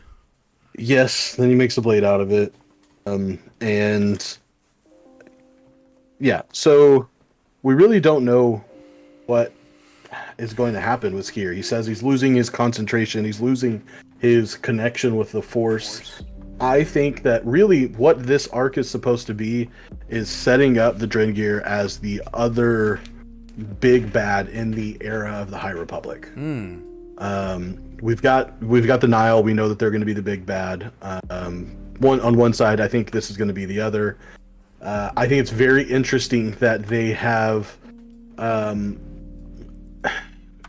force mitigating powers, essentially, that they can infect a Force user, Jedi, and essentially drain those powers away. Yeah, I find that to be a pretty interesting way to drive a plot. So yeah, in this last issue, as you can tell by the cover, it looks like we might be losing Skier, we might not. I don't know. Like, we're a little worried about it. I mean, probably not. I don't know. Maybe. I hope not, because I like Skier and I like his connection to the books as well. gotcha. So what's next? Yep. Yeah, no, go ahead. Nope, I was just going to say, for our other two runner-up books, we've got Proctor Valley Road, Boom Book that we've reviewed a couple of books, and then Star Wars 13, which is a prelude to War of the Bounty Hunters issue. This one was a lot of fun. It really is just helping fill in the blanks on what these particular characters are doing while the War of the Bounty Hunters is starting. Yeah. This is pretty much a Luke and the robots story with Chewie showing up there as well. They basically show up to the same planet that Boba Fett was just on, where he loses Han Solo. Basically, like right after he leaves, they show up. They start asking questions. You know, Boba Fett's just barely escaped from this like gangster team that he killed their prized fighter. And they're like, oh yeah, you're looking for Boba Fett, so are we. So if you're looking for him, you must be his friend. So like, we're gonna take you instead. So they have to fight their way off of the planet. There is a cameo of, I cannot remember this Wookiee's name. They get saved by a Wookiee. Don't we all get saved by Wookiees? We all get saved by Wookiees at some point. I don't know, but this is the same Wookiee that's in the Han Solo movie. I can't remember. That's Chewie. Oh. Besides Chewie. Is there another Wookiee in that movie? Yes. Is it a female Wookiee? I don't remember. Doesn't matter. Is there two Wookiees in that movie? I thought there was only one Wookiee. I've literally seen the screen panel. Yes, there's another Wookiee in. This is an honorable mention. We need to get going. It's fun. The thing that's really interesting is that R2-D2 says like that he possesses what might be a list of former Jedi outposts across the galaxy, some sort of database that he required while they were on the Death Star. Interesting. And so it looks like we're going to have Luke, probably after War of the Bounty Hunters, jumping around to some Jedi outposts, which I find very intriguing. Proctor Valley Road, number 3, Grant Morrison, Boom Book. I've got 3 issues of this, so I guess I'll pick up all 6, but nothing. Sagwa, yes. Sagwa. Yes, that is, yes, thank you. That is who. So they're like trapped and can't get away, and then all of a sudden this Wookiee's like, "Hey, come this way," bah. Or like, Oh my god. All right, next. Proctor Valley Road we're still not really doing anything with it. Like, the girls are still getting accused of helping the boys dodge the draft. They go back out to Proctor Valley Road again. Jeez. They run into a bunch of weird, crazy things. The bull that we've seen in the first issue, they see the land lady for a little bit. The car gets blown off. They chop the head off of the bull. We're like, whoa, this is crazy. That's pretty much it. We literally don't get much driven forward at all. I'm not sure where we're going with this. Also, one of the reasons why I picked this up is because it's being written by Grant Morrison. I thought, man, he's going to do weird things. He's a weird guy. He does weird stuff.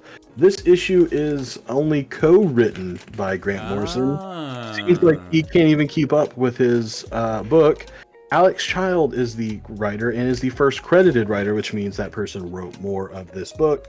So Grant Morrison is not even staying on this book. It seems like very much. Even he's like, man, this. I'm out. So, unless you've been absolutely loving Proctor Valley Road, I would probably just say skip it altogether. Maybe wait for me to finish it, and then if I tell you it's great, pick up the trade or something. Pick up the trade. There you go. Nice. Those are our All right. honorable mentions. Honorable mentions. Next week we will have a slide because we will be more prepared and we'll have like all the books that were honorable mentions because I could have probably added like 2 more. So, Yes. on to our DC books. We've got Batman the Detective #2. We are continuing this storyline of this group that are dressed up as white costume versions of Batman, killing the people that Batman has saved throughout his Batman career. So we're in London, and Batman is trying to figure out what the fuck's going on. He ends up putting a tracker on one of the captured goons and is like, hey, go. I'll let you go. he lets him escape, knowing that he put a tracker on them. We've got a friend that shows up or not a friend, it's I wouldn't even say an associate. It's a bad guy, but I guess him and Bruce go way back. He's a good tracker. Bruce is debating if he needs to use him, like actually use his talents to find this group. He ends up dismissing him, but then later on goes, you know what, I actually do need to use them. And then we cut back to the group, and this guy that he let go goes back to the group, and they're like, strip him, make sure he's not being tracked. And so they literally pull his clothes off, and he's like, listen, man, I just changed my clothes. Like, there's no way I have a tracker on me. And so the head chick puts on like these night vision goggles or whatever, x-ray goggles, and she's like, oh, it's inside you. The tracker is literally inside the dude. I don't know how Batman did that, but it's under his skin. And so the guy's like, shit, well, I can take it out, don't worry, I can literally get a knife and pull it out. And she's like, you said, by the way, that Batman saved you, right? And the guy's like, yeah. No, wait, no. Boom, shot in the head. Oh. Because he got saved by Batman. She's like, you literally shouldn't exist. And so she kills him. Damn. Yeah. So that ends that way. And then Batman is going back to find this tracker guy. He gets there too late. The group found him before that. And they're like, hey, by the way, like Batman saved your life multiple times, so we got to kill you too now. And so they have a tussle before it looks like the guy's going to win. And the chick throws him off the roof and shoots him 3 times. Just in time for Bruce to catch the dying body. And they get away. And that's how the issue basically ends, is Batman like, damn it, like everything I tried to do didn't work there, and now I lost a potential teammate. Overall, this is still very intriguing. I want to know why this group is trying to balance out the scale of why Batman, or all the people that Batman has saved. And Batman's, he's fighting a clock right now, because at some point, someone within the media or somebody is going to connect the dots at the fact that all the people that have died have been saved by Batman. So it's going to go back on him. So he needs to figure it out quick. So this is issue 2 of 6. We've got a couple more here to see what happens. But overall, I'm really enjoying this. And Taylor's killing it, man. I've been reading a lot of his DC books, and this is actually another one that's really, really good. So overall, I would actually recommend it. And, I'm just getting into DC, but I think it's a lot of fun. Nice. So that's Batman, the Detective #2. Mm-hmm. Joker, #3. Yeah. Joker. I am finding that that's a lot of people. Yes. Yes. One of the things I liked about the first 2 issues of the Joker was how verbose it was. Yes. How wordy it was, because I felt like it was just, I don't know, really. It wasn't. What's the word I'm looking for? It wasn't wordy just to be wordy. It wasn't like Tinian trying to show how flamboyantly amazing at writing he was. Correct. But like this issue, I was like, all right, this is getting a little much. Like it took me 30 minutes to probably read this issue. Like it is dense. Yes, very. So I was a little frustrated about that. However, I do like, this still is a mixture. This is a Jim Gordon book that happens to have the Joker in it. There's a lot of introspection in this book about Jim Gordon as a character. I think one of the things that they are doing here, that maybe it went a little too much for one issue, but what they're trying to do, I almost feel like, is catch people up that are like us, that are new readers on Jim Gordon. Now, a lot of this stuff I knew even as a new reader just from picking it up, but I think it's good to I think Tynion is probably going to use Gordon in Batman probably after this for a while. 100%. In a different capacity than what he is as a legacy character has been used for, I don't know, 60 or 80 years, however long he's been around. I think he's going to be used a little bit differently, and I think this is really setting the stage for teaching people who are new about how he was, reminding old readers, like, hey, remember all this crazy stuff Gordon's been through? It's crazy.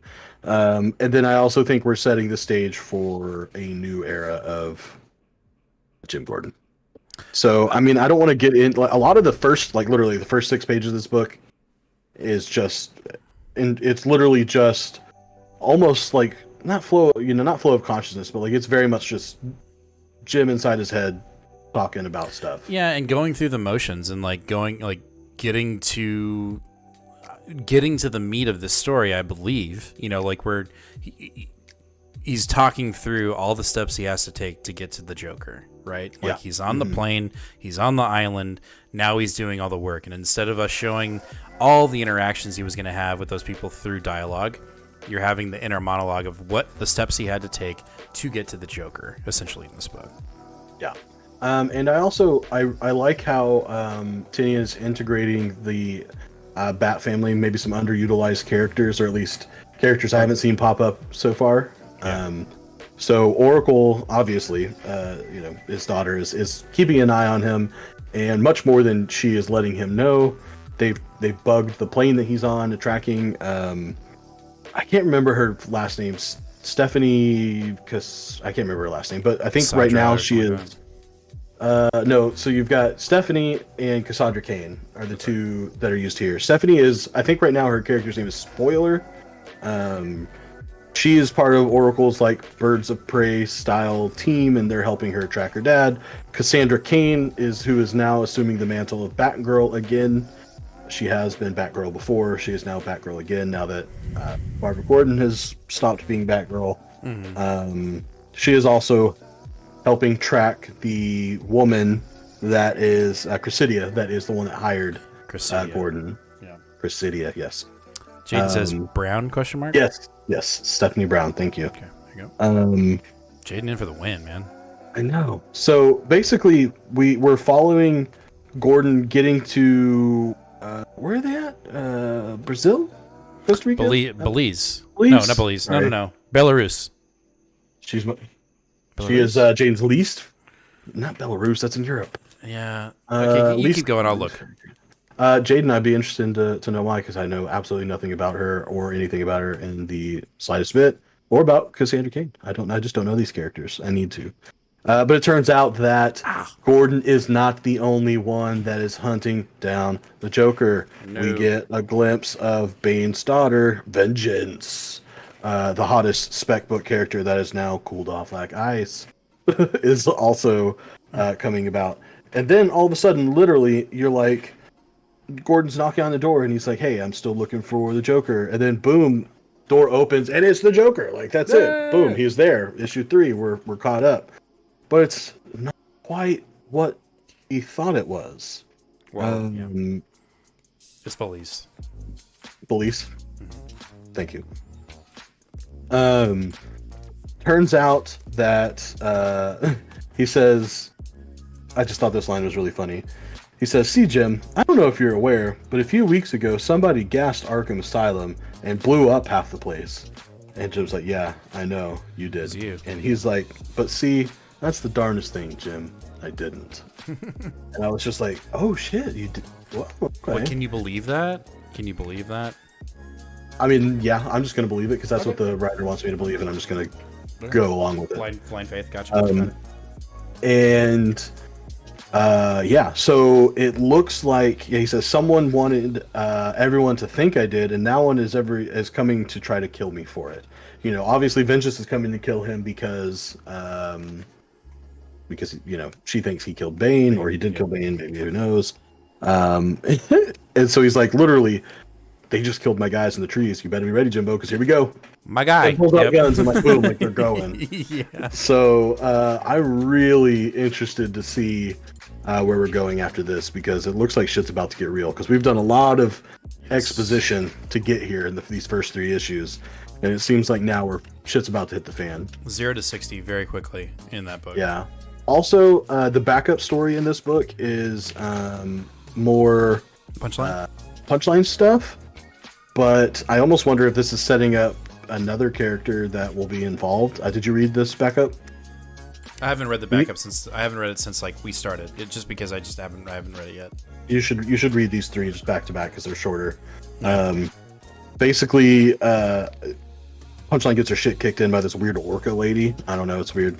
But another Bat character, I don't know who it is, some Bat character, is meeting with Punchline's college roommate and trying to figure out, like, you know, get inside her head. And there's this, you know, she goes in there and sees all the Joker posters and all her journals and all this stuff. She has a hit list, and it's like you could really see her devolution into being kind of crazy. And you think that this guy is just like an innocent guy and it's no big deal, and then all of a sudden he gasses this girl and leaves her unconscious and lights the room on fire. And it's like he says, Alexis, Punchline, Alexis may have the higher body count, but between the 2 of us, I get the first kill of a superhero, and then runs away. Leaves this girl to die. Gotcha. Pretty interesting. Well, overall, I like the book. I think you're right. I think Tinian is going to set up a lot of these characters to show up later on in the Batman books or any of his other DC books that he has. Jaden has broken down your question very well.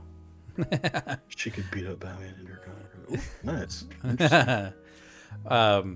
But that is Joker number 3. Yeah, I agree with you. The book was like very heavy at the beginning. It could be a detriment. I don't know how, you know. You can look at it either way, for sure. It did take me a little longer to read because there's just a lot going on. But then the minute the Joker shows up, it's just like, woo, here we go. So I'm excited for issue 4. And by the way, issue 2, second printing with Vengeance on it, comes out next week. So keep an eye out for that if you're looking for that.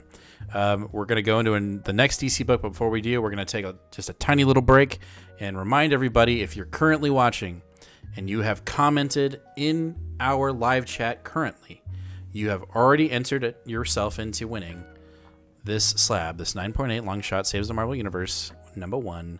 So if you are watching right now and you haven't chatted in our chat, give us a chat so you can enter to win this book, because we're giving it away at the end of the show. Just saying. So that is that. All right, next up we have, sorry, I was flipping, but I got to flip it on the screen. Justice League: The Last Ride from Chip Zdarsky. So this is a Elseworld story, I'm told, and it's kind of heavy. The Justice League is a little bit in disarray. They haven't really fought together in a long time. Batman and Superman are mad at each other, and yeah, and so you know, they're all, you know, basically Superman is pushed to the nth degree. He can't do it all, right? Since the Justice League is kind of disbanded, he's been really taking care of everything worldly, and so he's come to the realization that this is just not going to work. And so while he's kind of talking to Lois in bed, his Justice League button, which has been put away, is going crazy. It beep beep beep beep beep beep beep beep. So flies up to the moon to go see, you know, what's going on at the Justice League Center. And Wonder Woman's there. She got called. The Flash is there. He got called. He's like, who rang the button? Batman shows up and he's like, "Hey, what's up, Dix? What do you want?" No, I'm not kidding. And so they realize that none of them have called it. That they have called that they put out the distress, and it's actually the Green Lanterns. It's God, what's his name? John Stewart, Kilowog, and I forget her name. It's what's her name? She has like a white stripe over her eye. Maybe. Oh, I don't know. I can't remember. Anyway, they've captured Lobo, and apparently Lobo has killed the New Gods, and so they are trying to keep him alive because the League of Planets wants him, right? And it's also, did you read this, Nate? No, I didn't get to this one. Okay, so in the current Green Lantern run, Oa blew up, or not Oa, but like the battery on Oa blew up, and so in this book they make reference to it, and I'm not sure. They make reference to the League of Planets, which Oa is a part of, and they make reference to the fact that the Green Lantern Corps is no longer, like, it is shattered. So I'm wondering, I don't know, like, they make reference to it, so I don't know if that's just like, no, we just don't want to be on Oa anymore, or if that's direct, like, storytelling from the Green Lantern run. I don't know. Anyway, Hal Jordan shows up and basically says, I called you all here because we need to keep Lobo alive, and I want to make the moon of Earth the new Oa. I want the Green Lantern Corps to start here. I want the Green Lantern Corps to be in charge. I want the center of it to be here in front of Earth. And Batman's like, I'm out. Peace. And he leaves. He's like, I am part of that.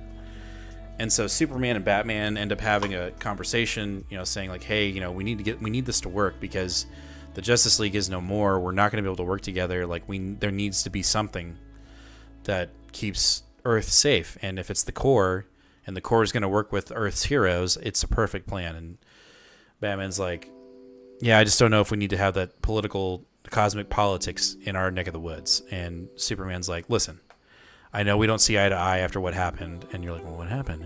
And at some point Superman blurs it out and goes, it's because you got Martian the Manhunter killed, and we haven't been the same since. So something happened. Oh no. Yeah. And so finally, Bruce is like, fine, I'll fucking do it. I'll help. And then I want to get this right. I want to stick the landing. But the issue ends. I left out a lot because I want people to read, like how they got to that point.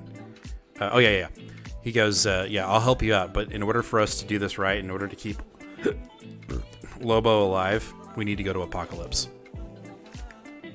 Oh, yep. That's Darkseid's planet? That's Darkseid's planet. So that's how the issue ends. And it's like, whoa. Overall, like, if this is an Elseworld first one-shot, not one-shot, but like just outside story, I was really impressed with it. I thought it was really cool. But like there's these little things that are kind of jumping in from Green Lantern. So I'm wondering, like, are these connected? Are they not? I don't think they are, but there are definitely some connections there. Overall, I'm really impressed with it. I'm going to continue to read it. I'm glad that they're releasing this in print and not just on digital. Yeah, I agree. I need to go pick this up. Our DC books were like 6 days late, so yeah, for sure. I wasn't even sure what I was supposed to pick up when I did. I just was like, okay, yeah, this is right. Definitely go pick this up. I highly recommend it, and I'm a new DC reader, and I think it's really fun. So, next up, Superman 31. Did you pick this up? I did, but I didn't have time to read it. So yeah, there's not a lot to say about this issue. It was pretty good, but there's just not a ton that happened. Basically, we're still on the same planet as we were before. Someone that Clark had previously worked with had, summoned him here. It turns out he didn't summon him here. We're not sure who it is. This old villain that Clark helped defeat is back and has taken over one of his, friends from this planet, who was kind of like the leader. He wasn't the king, but he was like the head advisor. And it's almost like this weird, it's very symbiotic. It's very much like a symbiote. And John and Clark help save the prince. This is right after the king's funeral. Help save the prince. They fly away and they're like, what can we do? Can you build a bomb? Because he talks about how Faldir is the advisor's name. The prince is studied under Faldir and says, I think I can help build a bomb just like Faldir did last time when we blew him up. Let's try to blow him up again. And Clark's like, all right, John, you fly him back to the base where y'all go make the bomb, and I will start fighting these guys and see if I can't help save the mourners that attended the funeral. Clark goes and sees that the mourners have already been taken over. All of them infected.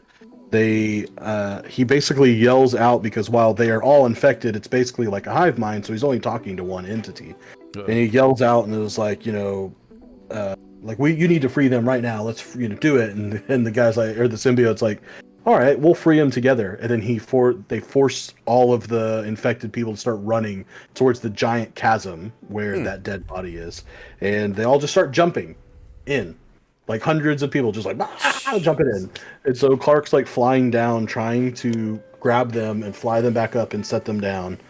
But while he is doing that, he gets overtaken by the symbiote. You can see that it's starting to infect him and it's starting to go into his eye, and it's starting to hold on to him. And he's basically has like a inner monologue, which is very thematic for this run by Philip Kennedy Johnson, where he says, I felt like I couldn't survive and I'm not going to be able to make it through this, but I heard your heartbeat, which I thought was a little strange, but he was like, I heard your heartbeat and I knew it was your heartbeat, so I knew you were okay, and I have hope that you're going to save us.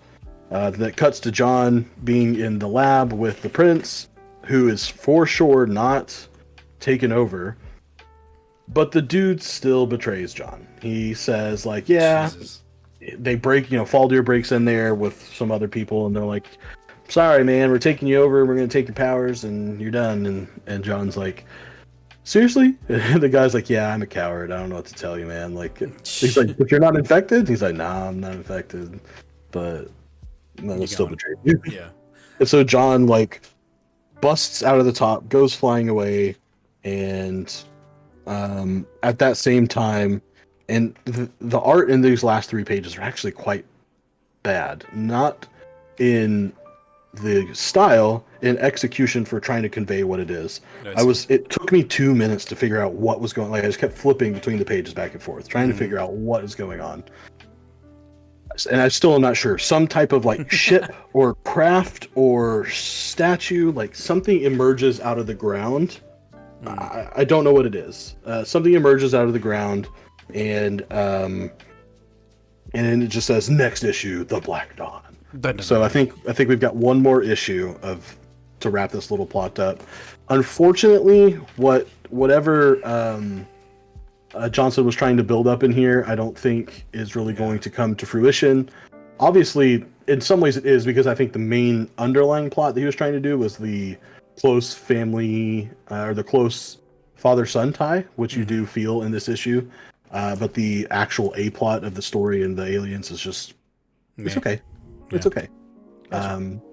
And I also did not read the backup in this, Tales of Metropolis. Not interesting. I need to have some type of reference frame, and I don't know who any of those people are in the slightest bit. Like, they're like F-list characters, so I just dipped out. With 23 books, I didn't have time to speak. For sure. All right. Next up, we've got Future State Gotham #1. We are following Red Hood. He is recruited to be an agent of the Magistrate, or a sub agent, I guess. Is this issue all in black and white? It is. I know you don't like that. I thought it was great. Also, Patrick, Leon, thanks for showing up. Thank you for chatting. Yes. We appreciate it. Anyway, the Magistrate has hired him to basically hunt down the rest of the Bat family and the new Batman. But what we find out in this issue is Red Hood, Todd is working with somebody else who is actually trying to infiltrate the Magistrate and dismantle it and get rid of it. So he's kind of playing both sides, but more of he's trying to get into the Magistrate so that he can take it apart. But he's also, in order to gain the Magistrate's trust, he has to go after Nightwing and Robin and Batman and all the Bat family. And so that's what we get in this issue. And we're seeing a little bit of history with Red Hood. We're seeing, his dynamic with the current Bat family and how they fucking hate his guts. And yeah, it is black and white. I enjoyed it. I've read multiple things like that. I know some people don't like that kind of stuff. But overall, it was fun, and I wasn't going to get issue 2. I was not going to order issue 2 until I read this issue. Read it. I'm getting issue 2. Nice. I don't want to give it. I don't want to give all of it away because there's some big stuff that actually happens in this book, like really like destructive things. But if you read the future state stuff and you're interested in it, I highly recommend this book. Jaden says, "I like mangas, so I don't mind the black and white. I know it doesn't. I know Nate doesn't like mangas, so I'm not surprised he doesn't like it. No, yeah, he's just not." So to be honest, I think it's the other way around. One of the reasons why I don't like black and white is because I have a hard time visually seeing it. Okay. And so I have a harder time visually reading mangas than I do things in color. So it already makes it harder. It's already hard for me to see. I'm reading it backwards. This isn't backwards. I know, but this is still hard for me to read, and I'm just not. Well, I'm going to let you borrow this issue. I'm going to let you borrow this issue, and I want you to read it. I also am I feel like I'm so overwhelmed trying to get caught up on modern DC continuity. Continuity is important to me, and so I want to know what's going on, and this is just another book that's not continuity right now, and so it's okay, I'll come back to this once I feel comfortable. I would read it. I would. I'm going to let you borrow it. I'm going to let you read it. Okay. Tomorrow. It is a cool, Leon. That is a great point, though. All the covers for this book, I almost bought them because they're, I believe it's Simone DeMio who is doing the art on "We Only Find Them When They're Dead." Yeah. Really, really good covers. I think the issues 2 and 3 are even better than this one. Professor Conway says, "I had a hard time reading You Promised Me Darkness #1 because of the colors." Interesting. Yeah, I think some people had that. Criticism of We Only Find Them Dead too. We only find them when they're dead as well, because it just, the colors kind of blended in with the darkness. It's a stylistic issue. Bring the issue to work tomorrow. I will read it. God. Good. Patrick also says, "I've been loving the black and white. Sometimes it's a nice change." No, I totally agree. Yep. All right. We're out of our DCs. We're into our independents. We're going to get through Caligula pretty quick. I told you my theory on this release. I think this was supposed to be a free comic book day release, and they were going to charge $1.99 no matter what. It's just $1 or $1. It was okay. The first, there's 2 stories in here. There's not just one. So the Hank Howard Pizza Detective Caligula safe. It was okay. That's how I felt when I read it. It was okay. Now also, the other story though, an issue that was in black and white that I was okay, yeah. I don't know what to say about it. It's literally about a guy that gets hired by a private detective firm, and the first case he gets sent out on is he gets hired by the Caligula, the pizza company, which is the Caligula Pizza Company. Sure, he gets hired by them. Their safe has been robbed, and he needs to find out who it is. At first, he thinks it's the pizza face teenage boy who stole the money, and it turns out it was the manager. Done. That was it. That's the story.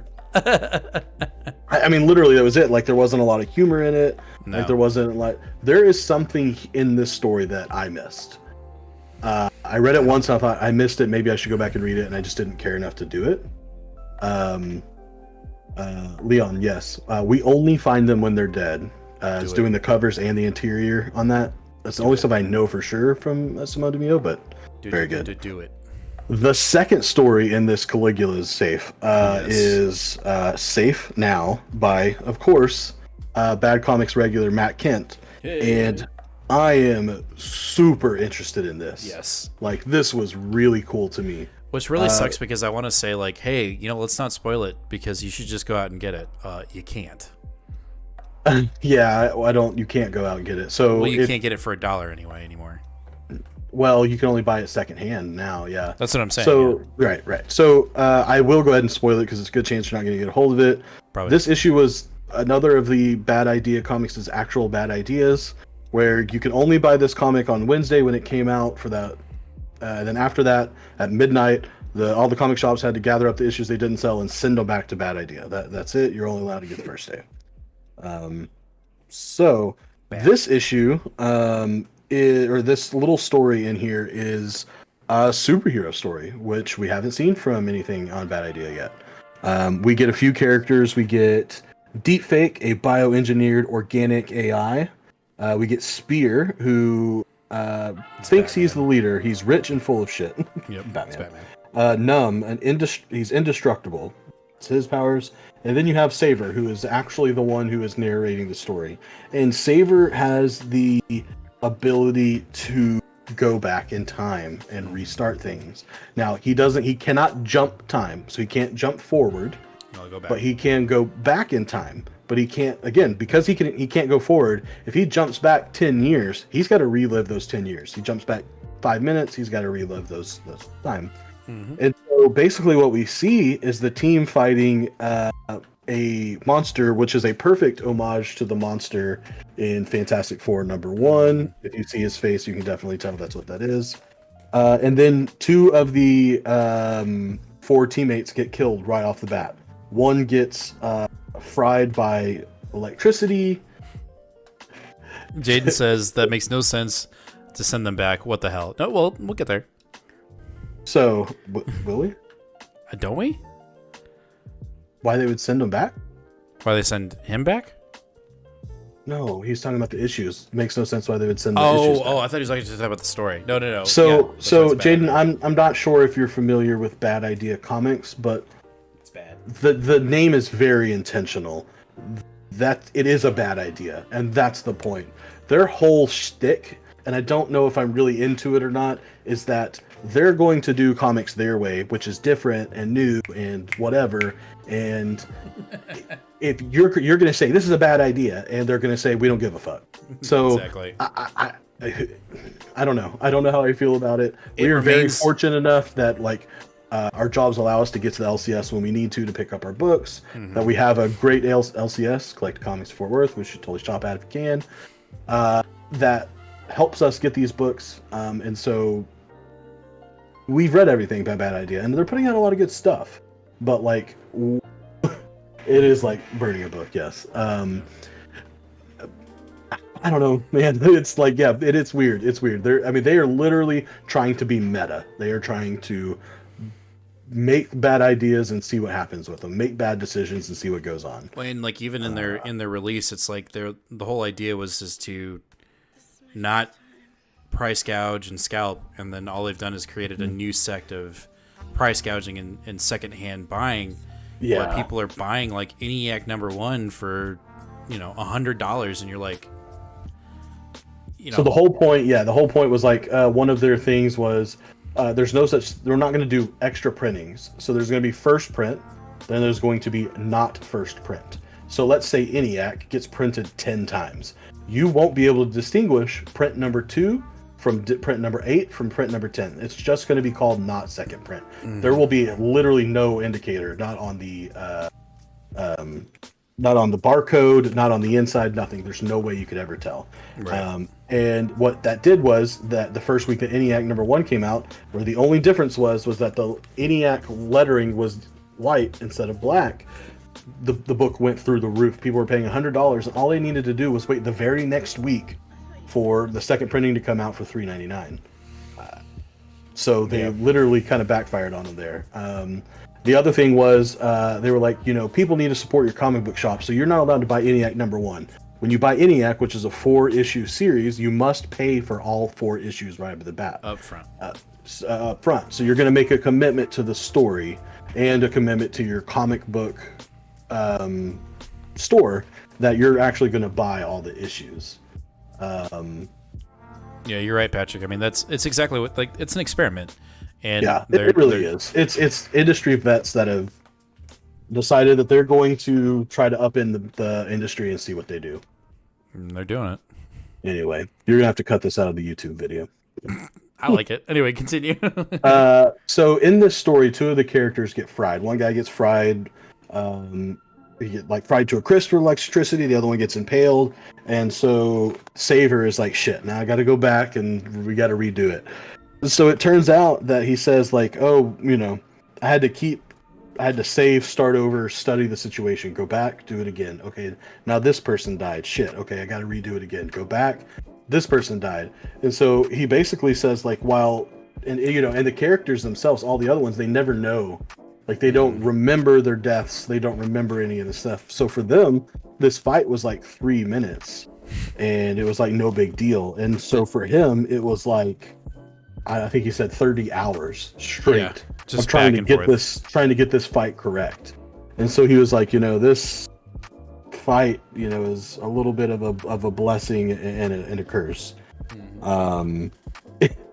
At one point, one of the other characters says, "Man, that wasn't too bad, was it?" And Saber's like, "Yeah, you have no idea. No fucking clue. You have no idea what happened."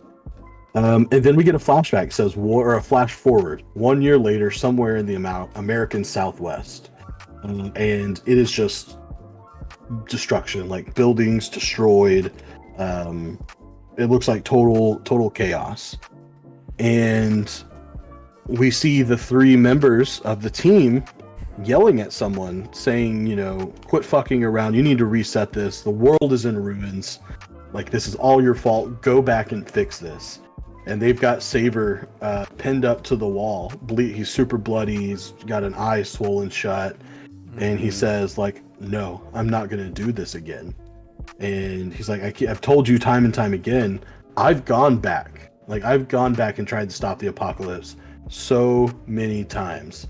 He said, I even went back 10 years and relived 10 years of my life to try to stop the apocalypse. It doesn't matter how far I go back. The apocalypse is happening no matter what.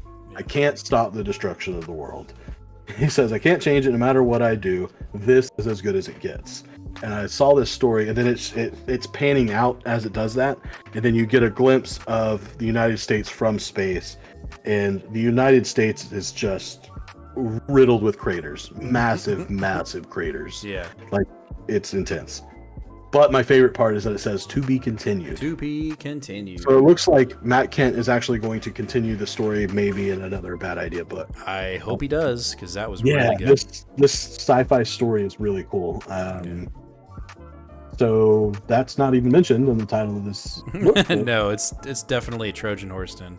If you can find a way to read this online some way, I wouldn't pay for the book. Like, if you can find it for $1 somehow, get it. But like, don't pay ridiculous prices for it or anything like that. It's not worth it. But No. The story was very interesting. Look forward to a book called, what was it? Save Now by Matt Kent. It was very good. The art was good. Yep. Yeah, I spent way too long on that. Let's get No, because we went into the whole idea of Bad Idea. Idea. We had to talk about it again, and it's not a bad thing. We're exploring. Caligula's Safe. Hank Howard Pizza Detective, man. Oh my god. What a weird one. So that is our Bad Idea book for the week, or for the month. I don't know. I don't think we get any more. Next up, we have Geiger, #2 from Image Comics. I originally was not going to pick this up, but then I forgot I ordered it on Comic Hub, so I picked it up anyway. Did you read this? I did. Did you read it? Yes, I did. And I enjoyed it more than the first issue. We get a little bit more world building. We get a little bit more consequence. It even got me more intrigued into the Vegas world. I thought that was pretty cool. Essentially, we get somebody has stolen something, and it looks like it's something from Geiger, or something that he holds domain over. And what it is it's the nuclear football from Air Force One when it crashed, when the shit went down during the world ending. And so these 2 thieves got it, and they're trying to bring it back to the King of Camelot in Vegas. And they lose sight of it, and a waitress within the casino steals it.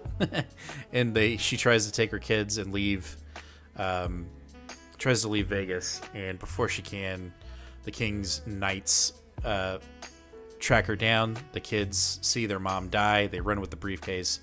They book it out of Vegas into the unknown zone, the area where you shouldn't go without a suit. And they run into Geiger, and they get saved by Geiger. A bunch of these like nuclear ants are trying to kill him, And Geiger's like, you need to get the fuck out of here. You shouldn't be out here. But before you leave, do you have anything good to read? And, they're like, no, what the fuck, So that kind of gets left, as it is. But then we cut back to the Vegas place, and we find out that the king of Camelot is actually, like, deformed, and he's been, like, his face has got radiation poisoning from Geiger. Apparently, they've had a tussle. It's literally in the shape of a hand. You can tell that he's grabbed his face with his hand, and he's got radiation burns on it. Yep. And so, what we get in this book is the king actually goes to another like casino to get help from the New York casino, and that's where this book ends. But the progression of the story was really nice in this. It just didn't feel as sludgy as the first issue. And I'm back on now. This number 2 got me back on. Yeah, I would say that if you are a fan of post-apocalyptic, if you are a fan of Jeff Johns and Gary Frank, jump on this book. I think you'll enjoy it.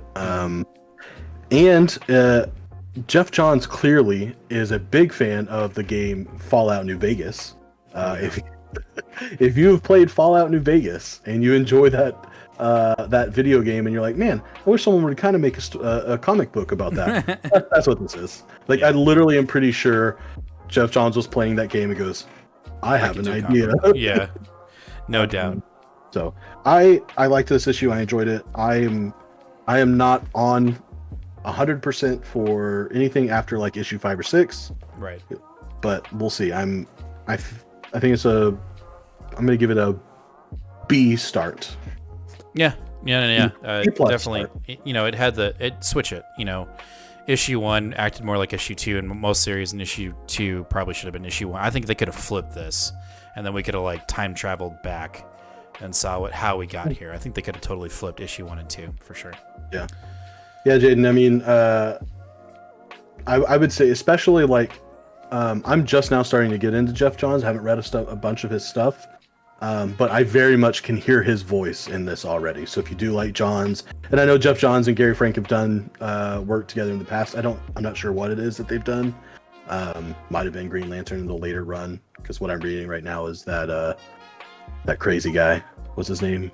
Ethan Van Scriver or whatever. Anyway, if you like Jeff Johns, his voice is very apparent in this book. So there you go. Next up, we have Silver Coin number 2. I'm gonna let you jump. I gotta go use the little restroom. But I'll let you jump in, and I'll be right back. Okay, sounds good.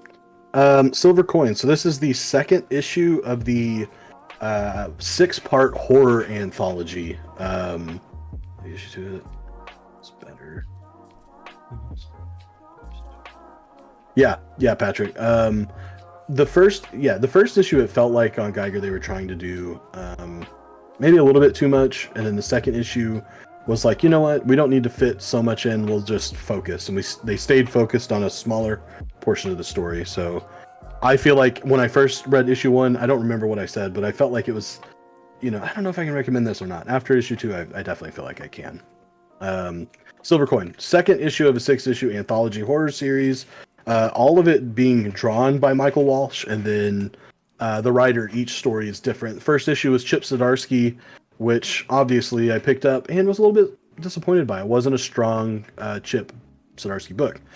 The overlying unifying factor here is a silver coin. The first issue, the silver coin was used as a guitar pick, which is eventually takes over a guitarist and he goes crazy and they burn down. So that's weird. And that was that first story. The second story, we come across a young girl, maybe 12 years old, that is obsessed with horror movies, campy 80s horror movies, like Jason and Freddy Krueger and stuff like that. But it turns out she's actually going to camp. So her mom sends her off, and she's at camp, to where she gets immediately victimized and brutalized by all the girls in the camp. Like right away. Like, she's, given the bunk that was supposed to go to her friend, and that friend isn't coming, and so they're like, yeah, they essentially start telling her about typical camp stuff. Hey, this haunted murderers out in the woods, like they're gonna come get you, type shit. At one point they're shooting bows and arrows, like they're doing a little archery class, and they like shoot them at her feet, put a target on her back. They flip her over while she's riding a canoe, dump paint all over her while she's tie-dyeing a shirt. They cut her ponytail off while she's laying in bed. Like, it's, like pretty harsh. Like they do a lot of shit to her pretty quickly. Yeah. And cutting her hair and laughing at her was sort of the final straw. So she just can't take it anymore, and she gets up and runs. She just runs away, and she runs out into the woods, and she's just running as fast as she can, not paying attention. She, starts getting scratched up by the brambly bushes and stuff, and she falls down, and she's bleeding, and she's crying, and she sees this house, and it's just like this house in the middle of nowhere, and she's like, yeah, I guess I'll go check it out. Sure. like you would in any other classic 80s campy horror story. And she goes and she opens the door, and there's like this machete enshrined underneath literally what you see here on the cover. It's like this deer head with candles, and it's just there. And in the hilt or handle of the machete is our silver coin. Silver coin. And you see her, and you see a shadow approach, and the shadow blows out the candles and approaches her. You see the machete and her like in the shadow, and then it's like you don't know what happens. It basically pans out to the outside of the shack, and you see them kind of struggling through the window, and then something emerges, because the shadow looks very much like her. Something emerges from the cabin. Yeah. Well, this something goes back to the camp, and the first girl, the main girl, is sitting by a campfire and is talking to herself, and it's like, oh shit, no, leave me alone. And all of a sudden the machete comes down and fucking slices her right down into the neck. And then the next girl comes and is like, hey, like, what's going on? Machete through the mouth. Like, through the mouth. Yeah. Next girl comes up, neck, just done. Head completely flying off. Totally done. Actually, both girls. No, the last two girls both get their heads cut off. Oh, yeah. Oh, no, and then the final girl takes the machete to the back. She just, like, boom, throws it and stabs her in the back. So then the main camp counselor wakes up the next morning, and one girl has been hung upside down from the tree. The other is being hung by fishing wire. One is held to an archery board. The other one's head is on the ground with 2 arrows coming out of her eyes. Blood everywhere, paint everywhere. It is just a crazy mess. And then the camp counselor is like, oh my god, like I gotta run away, and she turns to run, and she trips and she falls, and there's our main character with, like, what is it? I'm pretty sure it's like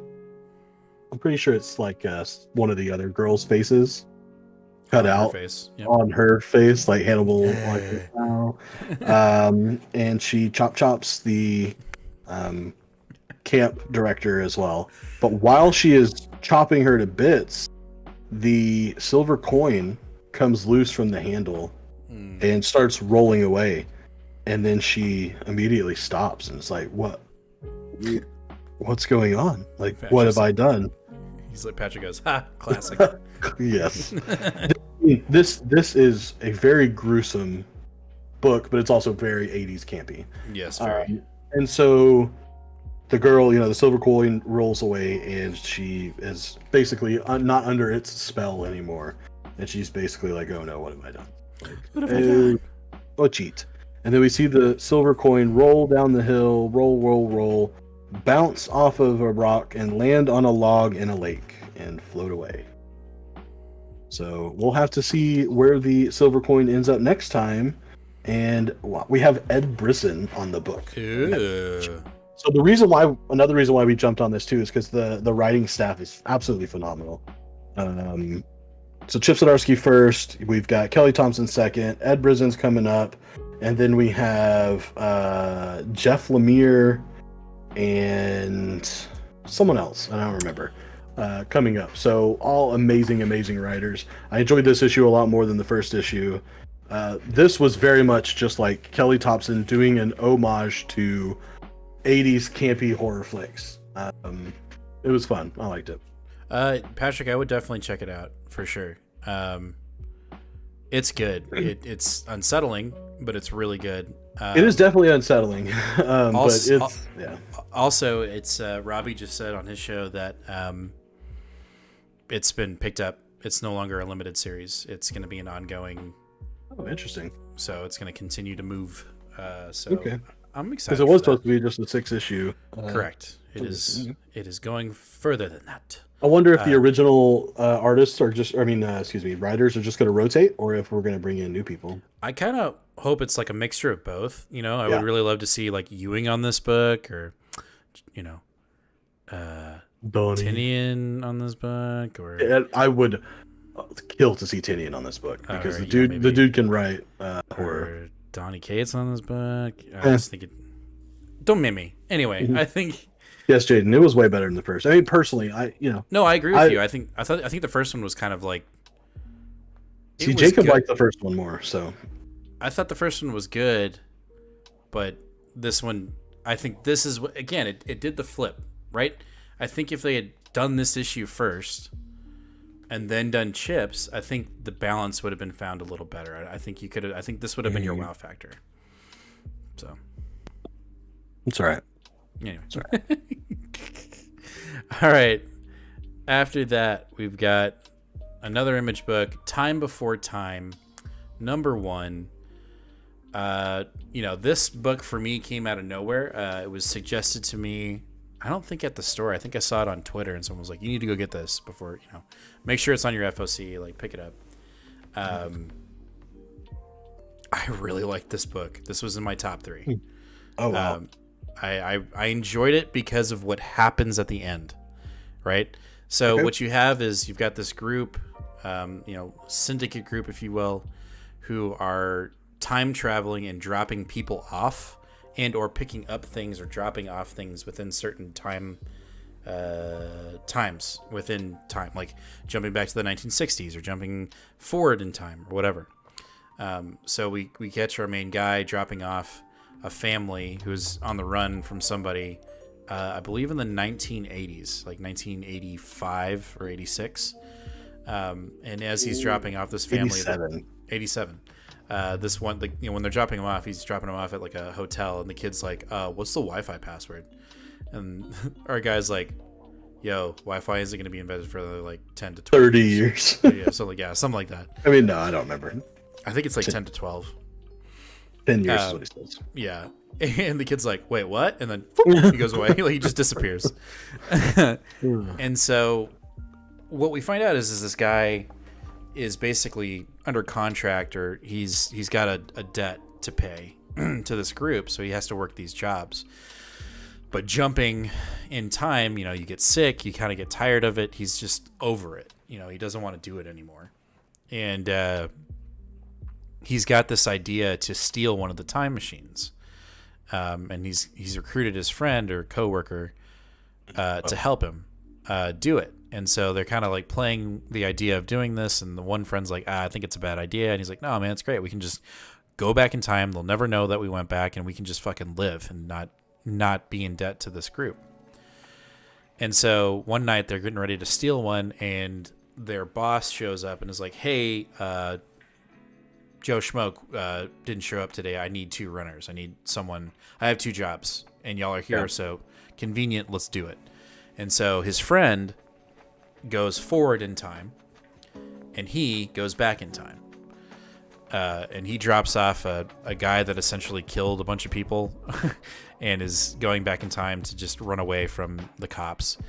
Whereas his friend was there to drop off and pick up something. Well, you know, it takes him the span of 10 minutes to do his job. He shows back up. Yep. When he gets back, his boss is like, "Hey, we need to talk. Your friend, you know, he's back. He's okay, but there was a hiccup." And he's like, "What the fuck are you talking about?" And he's like, "Well, he was over there longer than he should have been. He got captured. He got put in jail.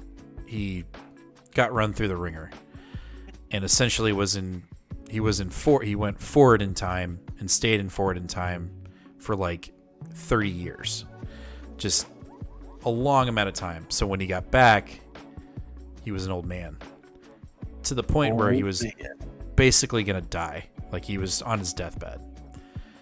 So his friend got royally fucked, and so now they can't do this thing. You know, they can't jump back in time and leave.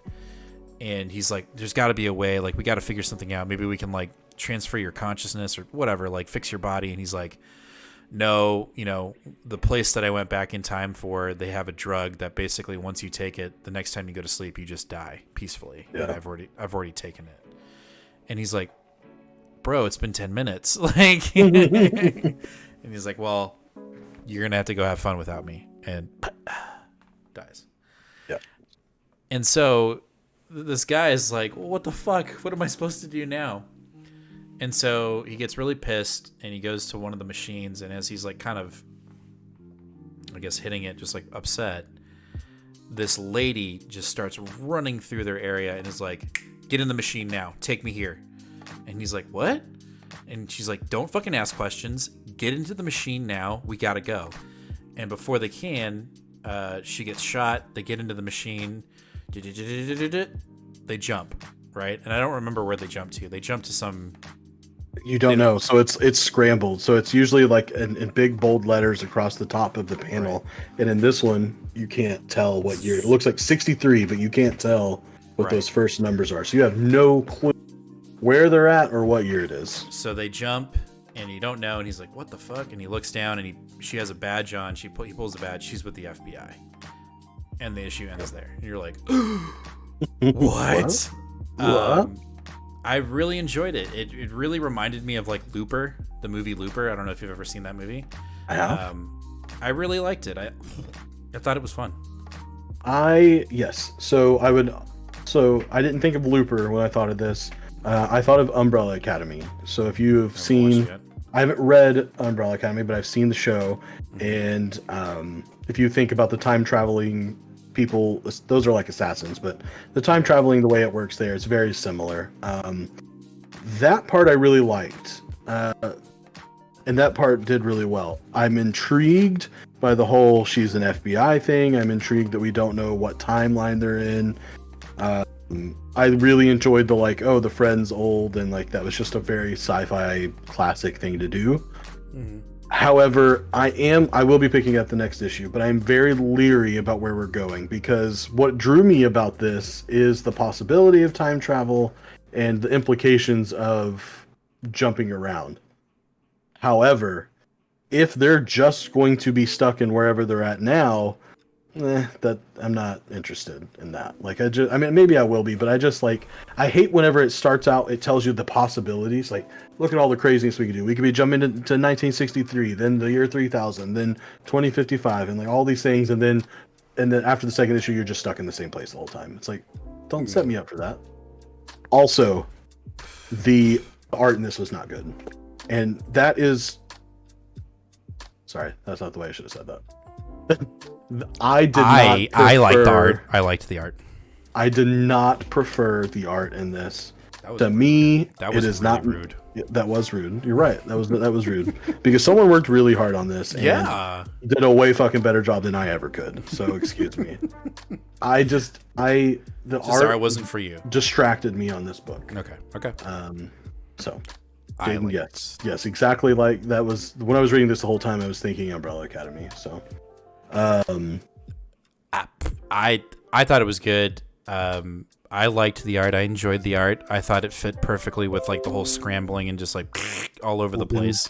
Don't listen to me. I also appreciate that it was an oversized issue and it was still $3.99, like Image always does for their Image doesn't do you issues. dirty, man. No, they take care of you. Yeah. I'm excited. I think we will jump around. I don't think we're just going to be stuck. I think they'll figure out a way to jump.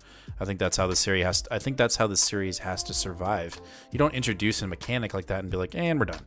You know, it literally happens all the time. Like, it's literally all the time. crossing my fingers that doesn't happen. I agree.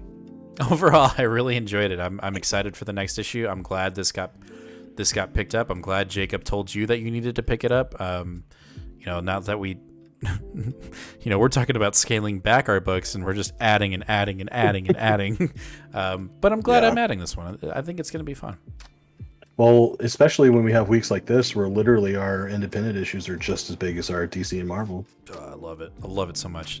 You will never hear me complain that it's a beefy week. If anything, if we continue to have beefy hauls, I'm just gonna make a video transition for it, like beefy haul. Like it's just gonna happen. I put a cow in our comic book haul video. Nice. That was how epic it was. So, all right, our last book of the night before we do our drawing. This is the last time I'm gonna mention this before we go to our last book. If you are watching and you have not commented in our live chat, if you comment in our live chat right now, you will enter to win tonight. This long shot saves the Marvel Universe #1 tonight. We're picking a winner, but you have to comment in our chat right now. So you have until the end of this next book's review to enter to win this a slab. And it's not really, it's just a slab, guys. Don't it's not like we're giving away silk. Silk. Yeah. Shut up. God. Next up, we've got Seven Secrets #8. Yes, this was almost my pick of the week. This one was very close. Which, by the way, I'm pretty sure that Seven Secrets still holds the record for most pick of the weeks. Pick of the weeks. I think 3 of the 8 issues so far have been my pick of the week. Interesting. Yeah. Did you read this? I did. Okay. I was gonna let you break it down. No, that's fine. Yeah. So this issue really picks up after the events of issue 5. Now, of course, it linearly follows 6 and 7, but it's really the cataclysmic changes that we have in 5. The first briefcase gets opened and something happens. We don't know what it is, but it's something big. And the way they build up to the reveal in this issue is really cool. They basically have there's this character that you don't know who it is. It's irrelevant. Riding around on a horse, and you start hearing these sirens, and they're like, "Your Majesty, come in! We've got to get you in the bunker right away." And then it cuts to the president being shuttled off to a secret zone, and military going crazy, private jets, submarines, everyone going nuts, families watching TV, going, "Oh no! What's going on?" Yeah.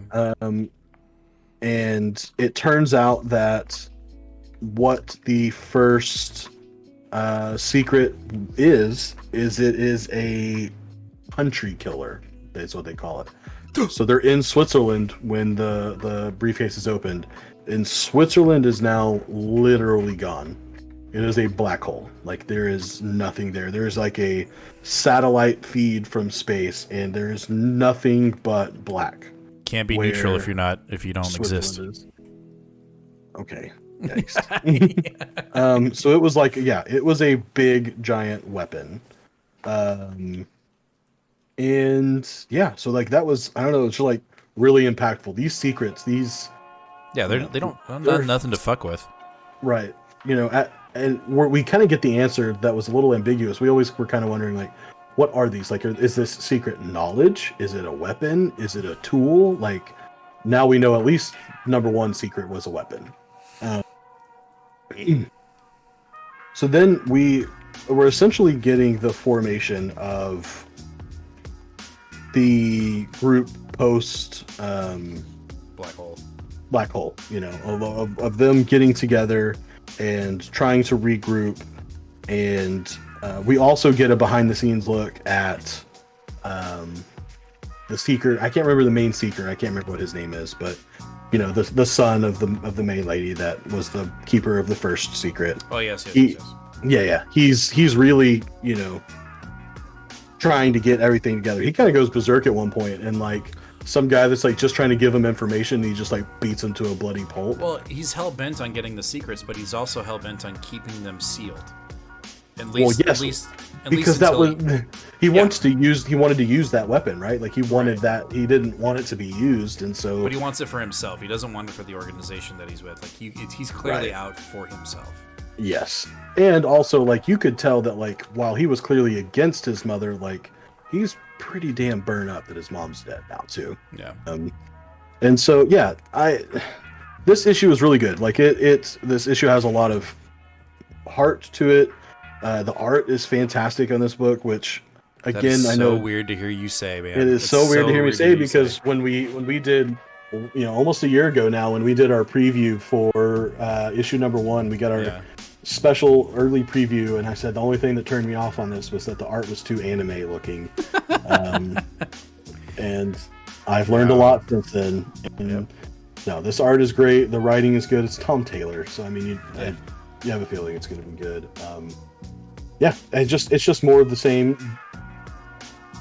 but the stakes are getting higher. Like I think big time.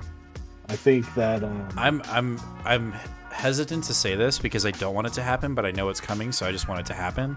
I'm ready. I have prepared myself, and I am ready to lose the next main character. I'm ready for a Sigrid. Like we lost him, and I was like, "Fuck! It's only issue 1," and so like I have mentally prepared myself to lose one, if not more, main characters. Like we know Casper's gonna die. Like we've been told, I die. I'm going away. It's gonna happen. So I'm just waiting for I'm ready for the Band-Aid to just rip off because it's coming. And we don't want to give away too much, but like there's a lot that happens in this book that you're like, oh my god, like shit's about to hit the fan, and it just hit. Like the shit just did hit the fan, and it's about to hit again. Yep. So anyway, that is 7 Secrets number 8. All right, that's the end of our show. We got one more thing to do before we call it a night and get ready for next week. And that's to do a giveaway, ladies and gentlemen. So everybody that is currently commented, your name is now in our little spinner here. We've got 1, 2, 3, 4, 5, 6, 7. We have 7 people currently in the drawing for our haul here. We're giving away this Long Shot Saves the Marvel Universe number 1. I know you've heard me say it all night. I'm probably sick of it, so let's just do it. Let's get on with the show. So we're gonna spin spinny. in 3, 2. So small on my screen. So tiny. Here we go. Oh.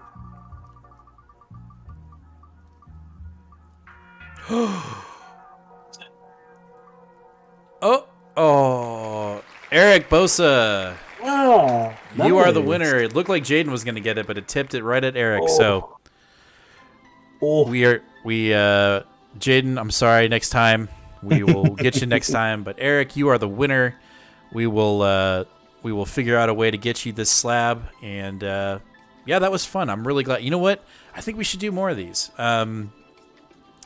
Maybe next month we'll do one. Maybe we'll do one once a month. Maybe we'll do something like that. Slab giveaway once a month. It doesn't have to be a slab. We can Okay, give I was away about other to say, things. my God. I've got a bunch of collecteds. I've got hardcovers. I've got, we can figure something out.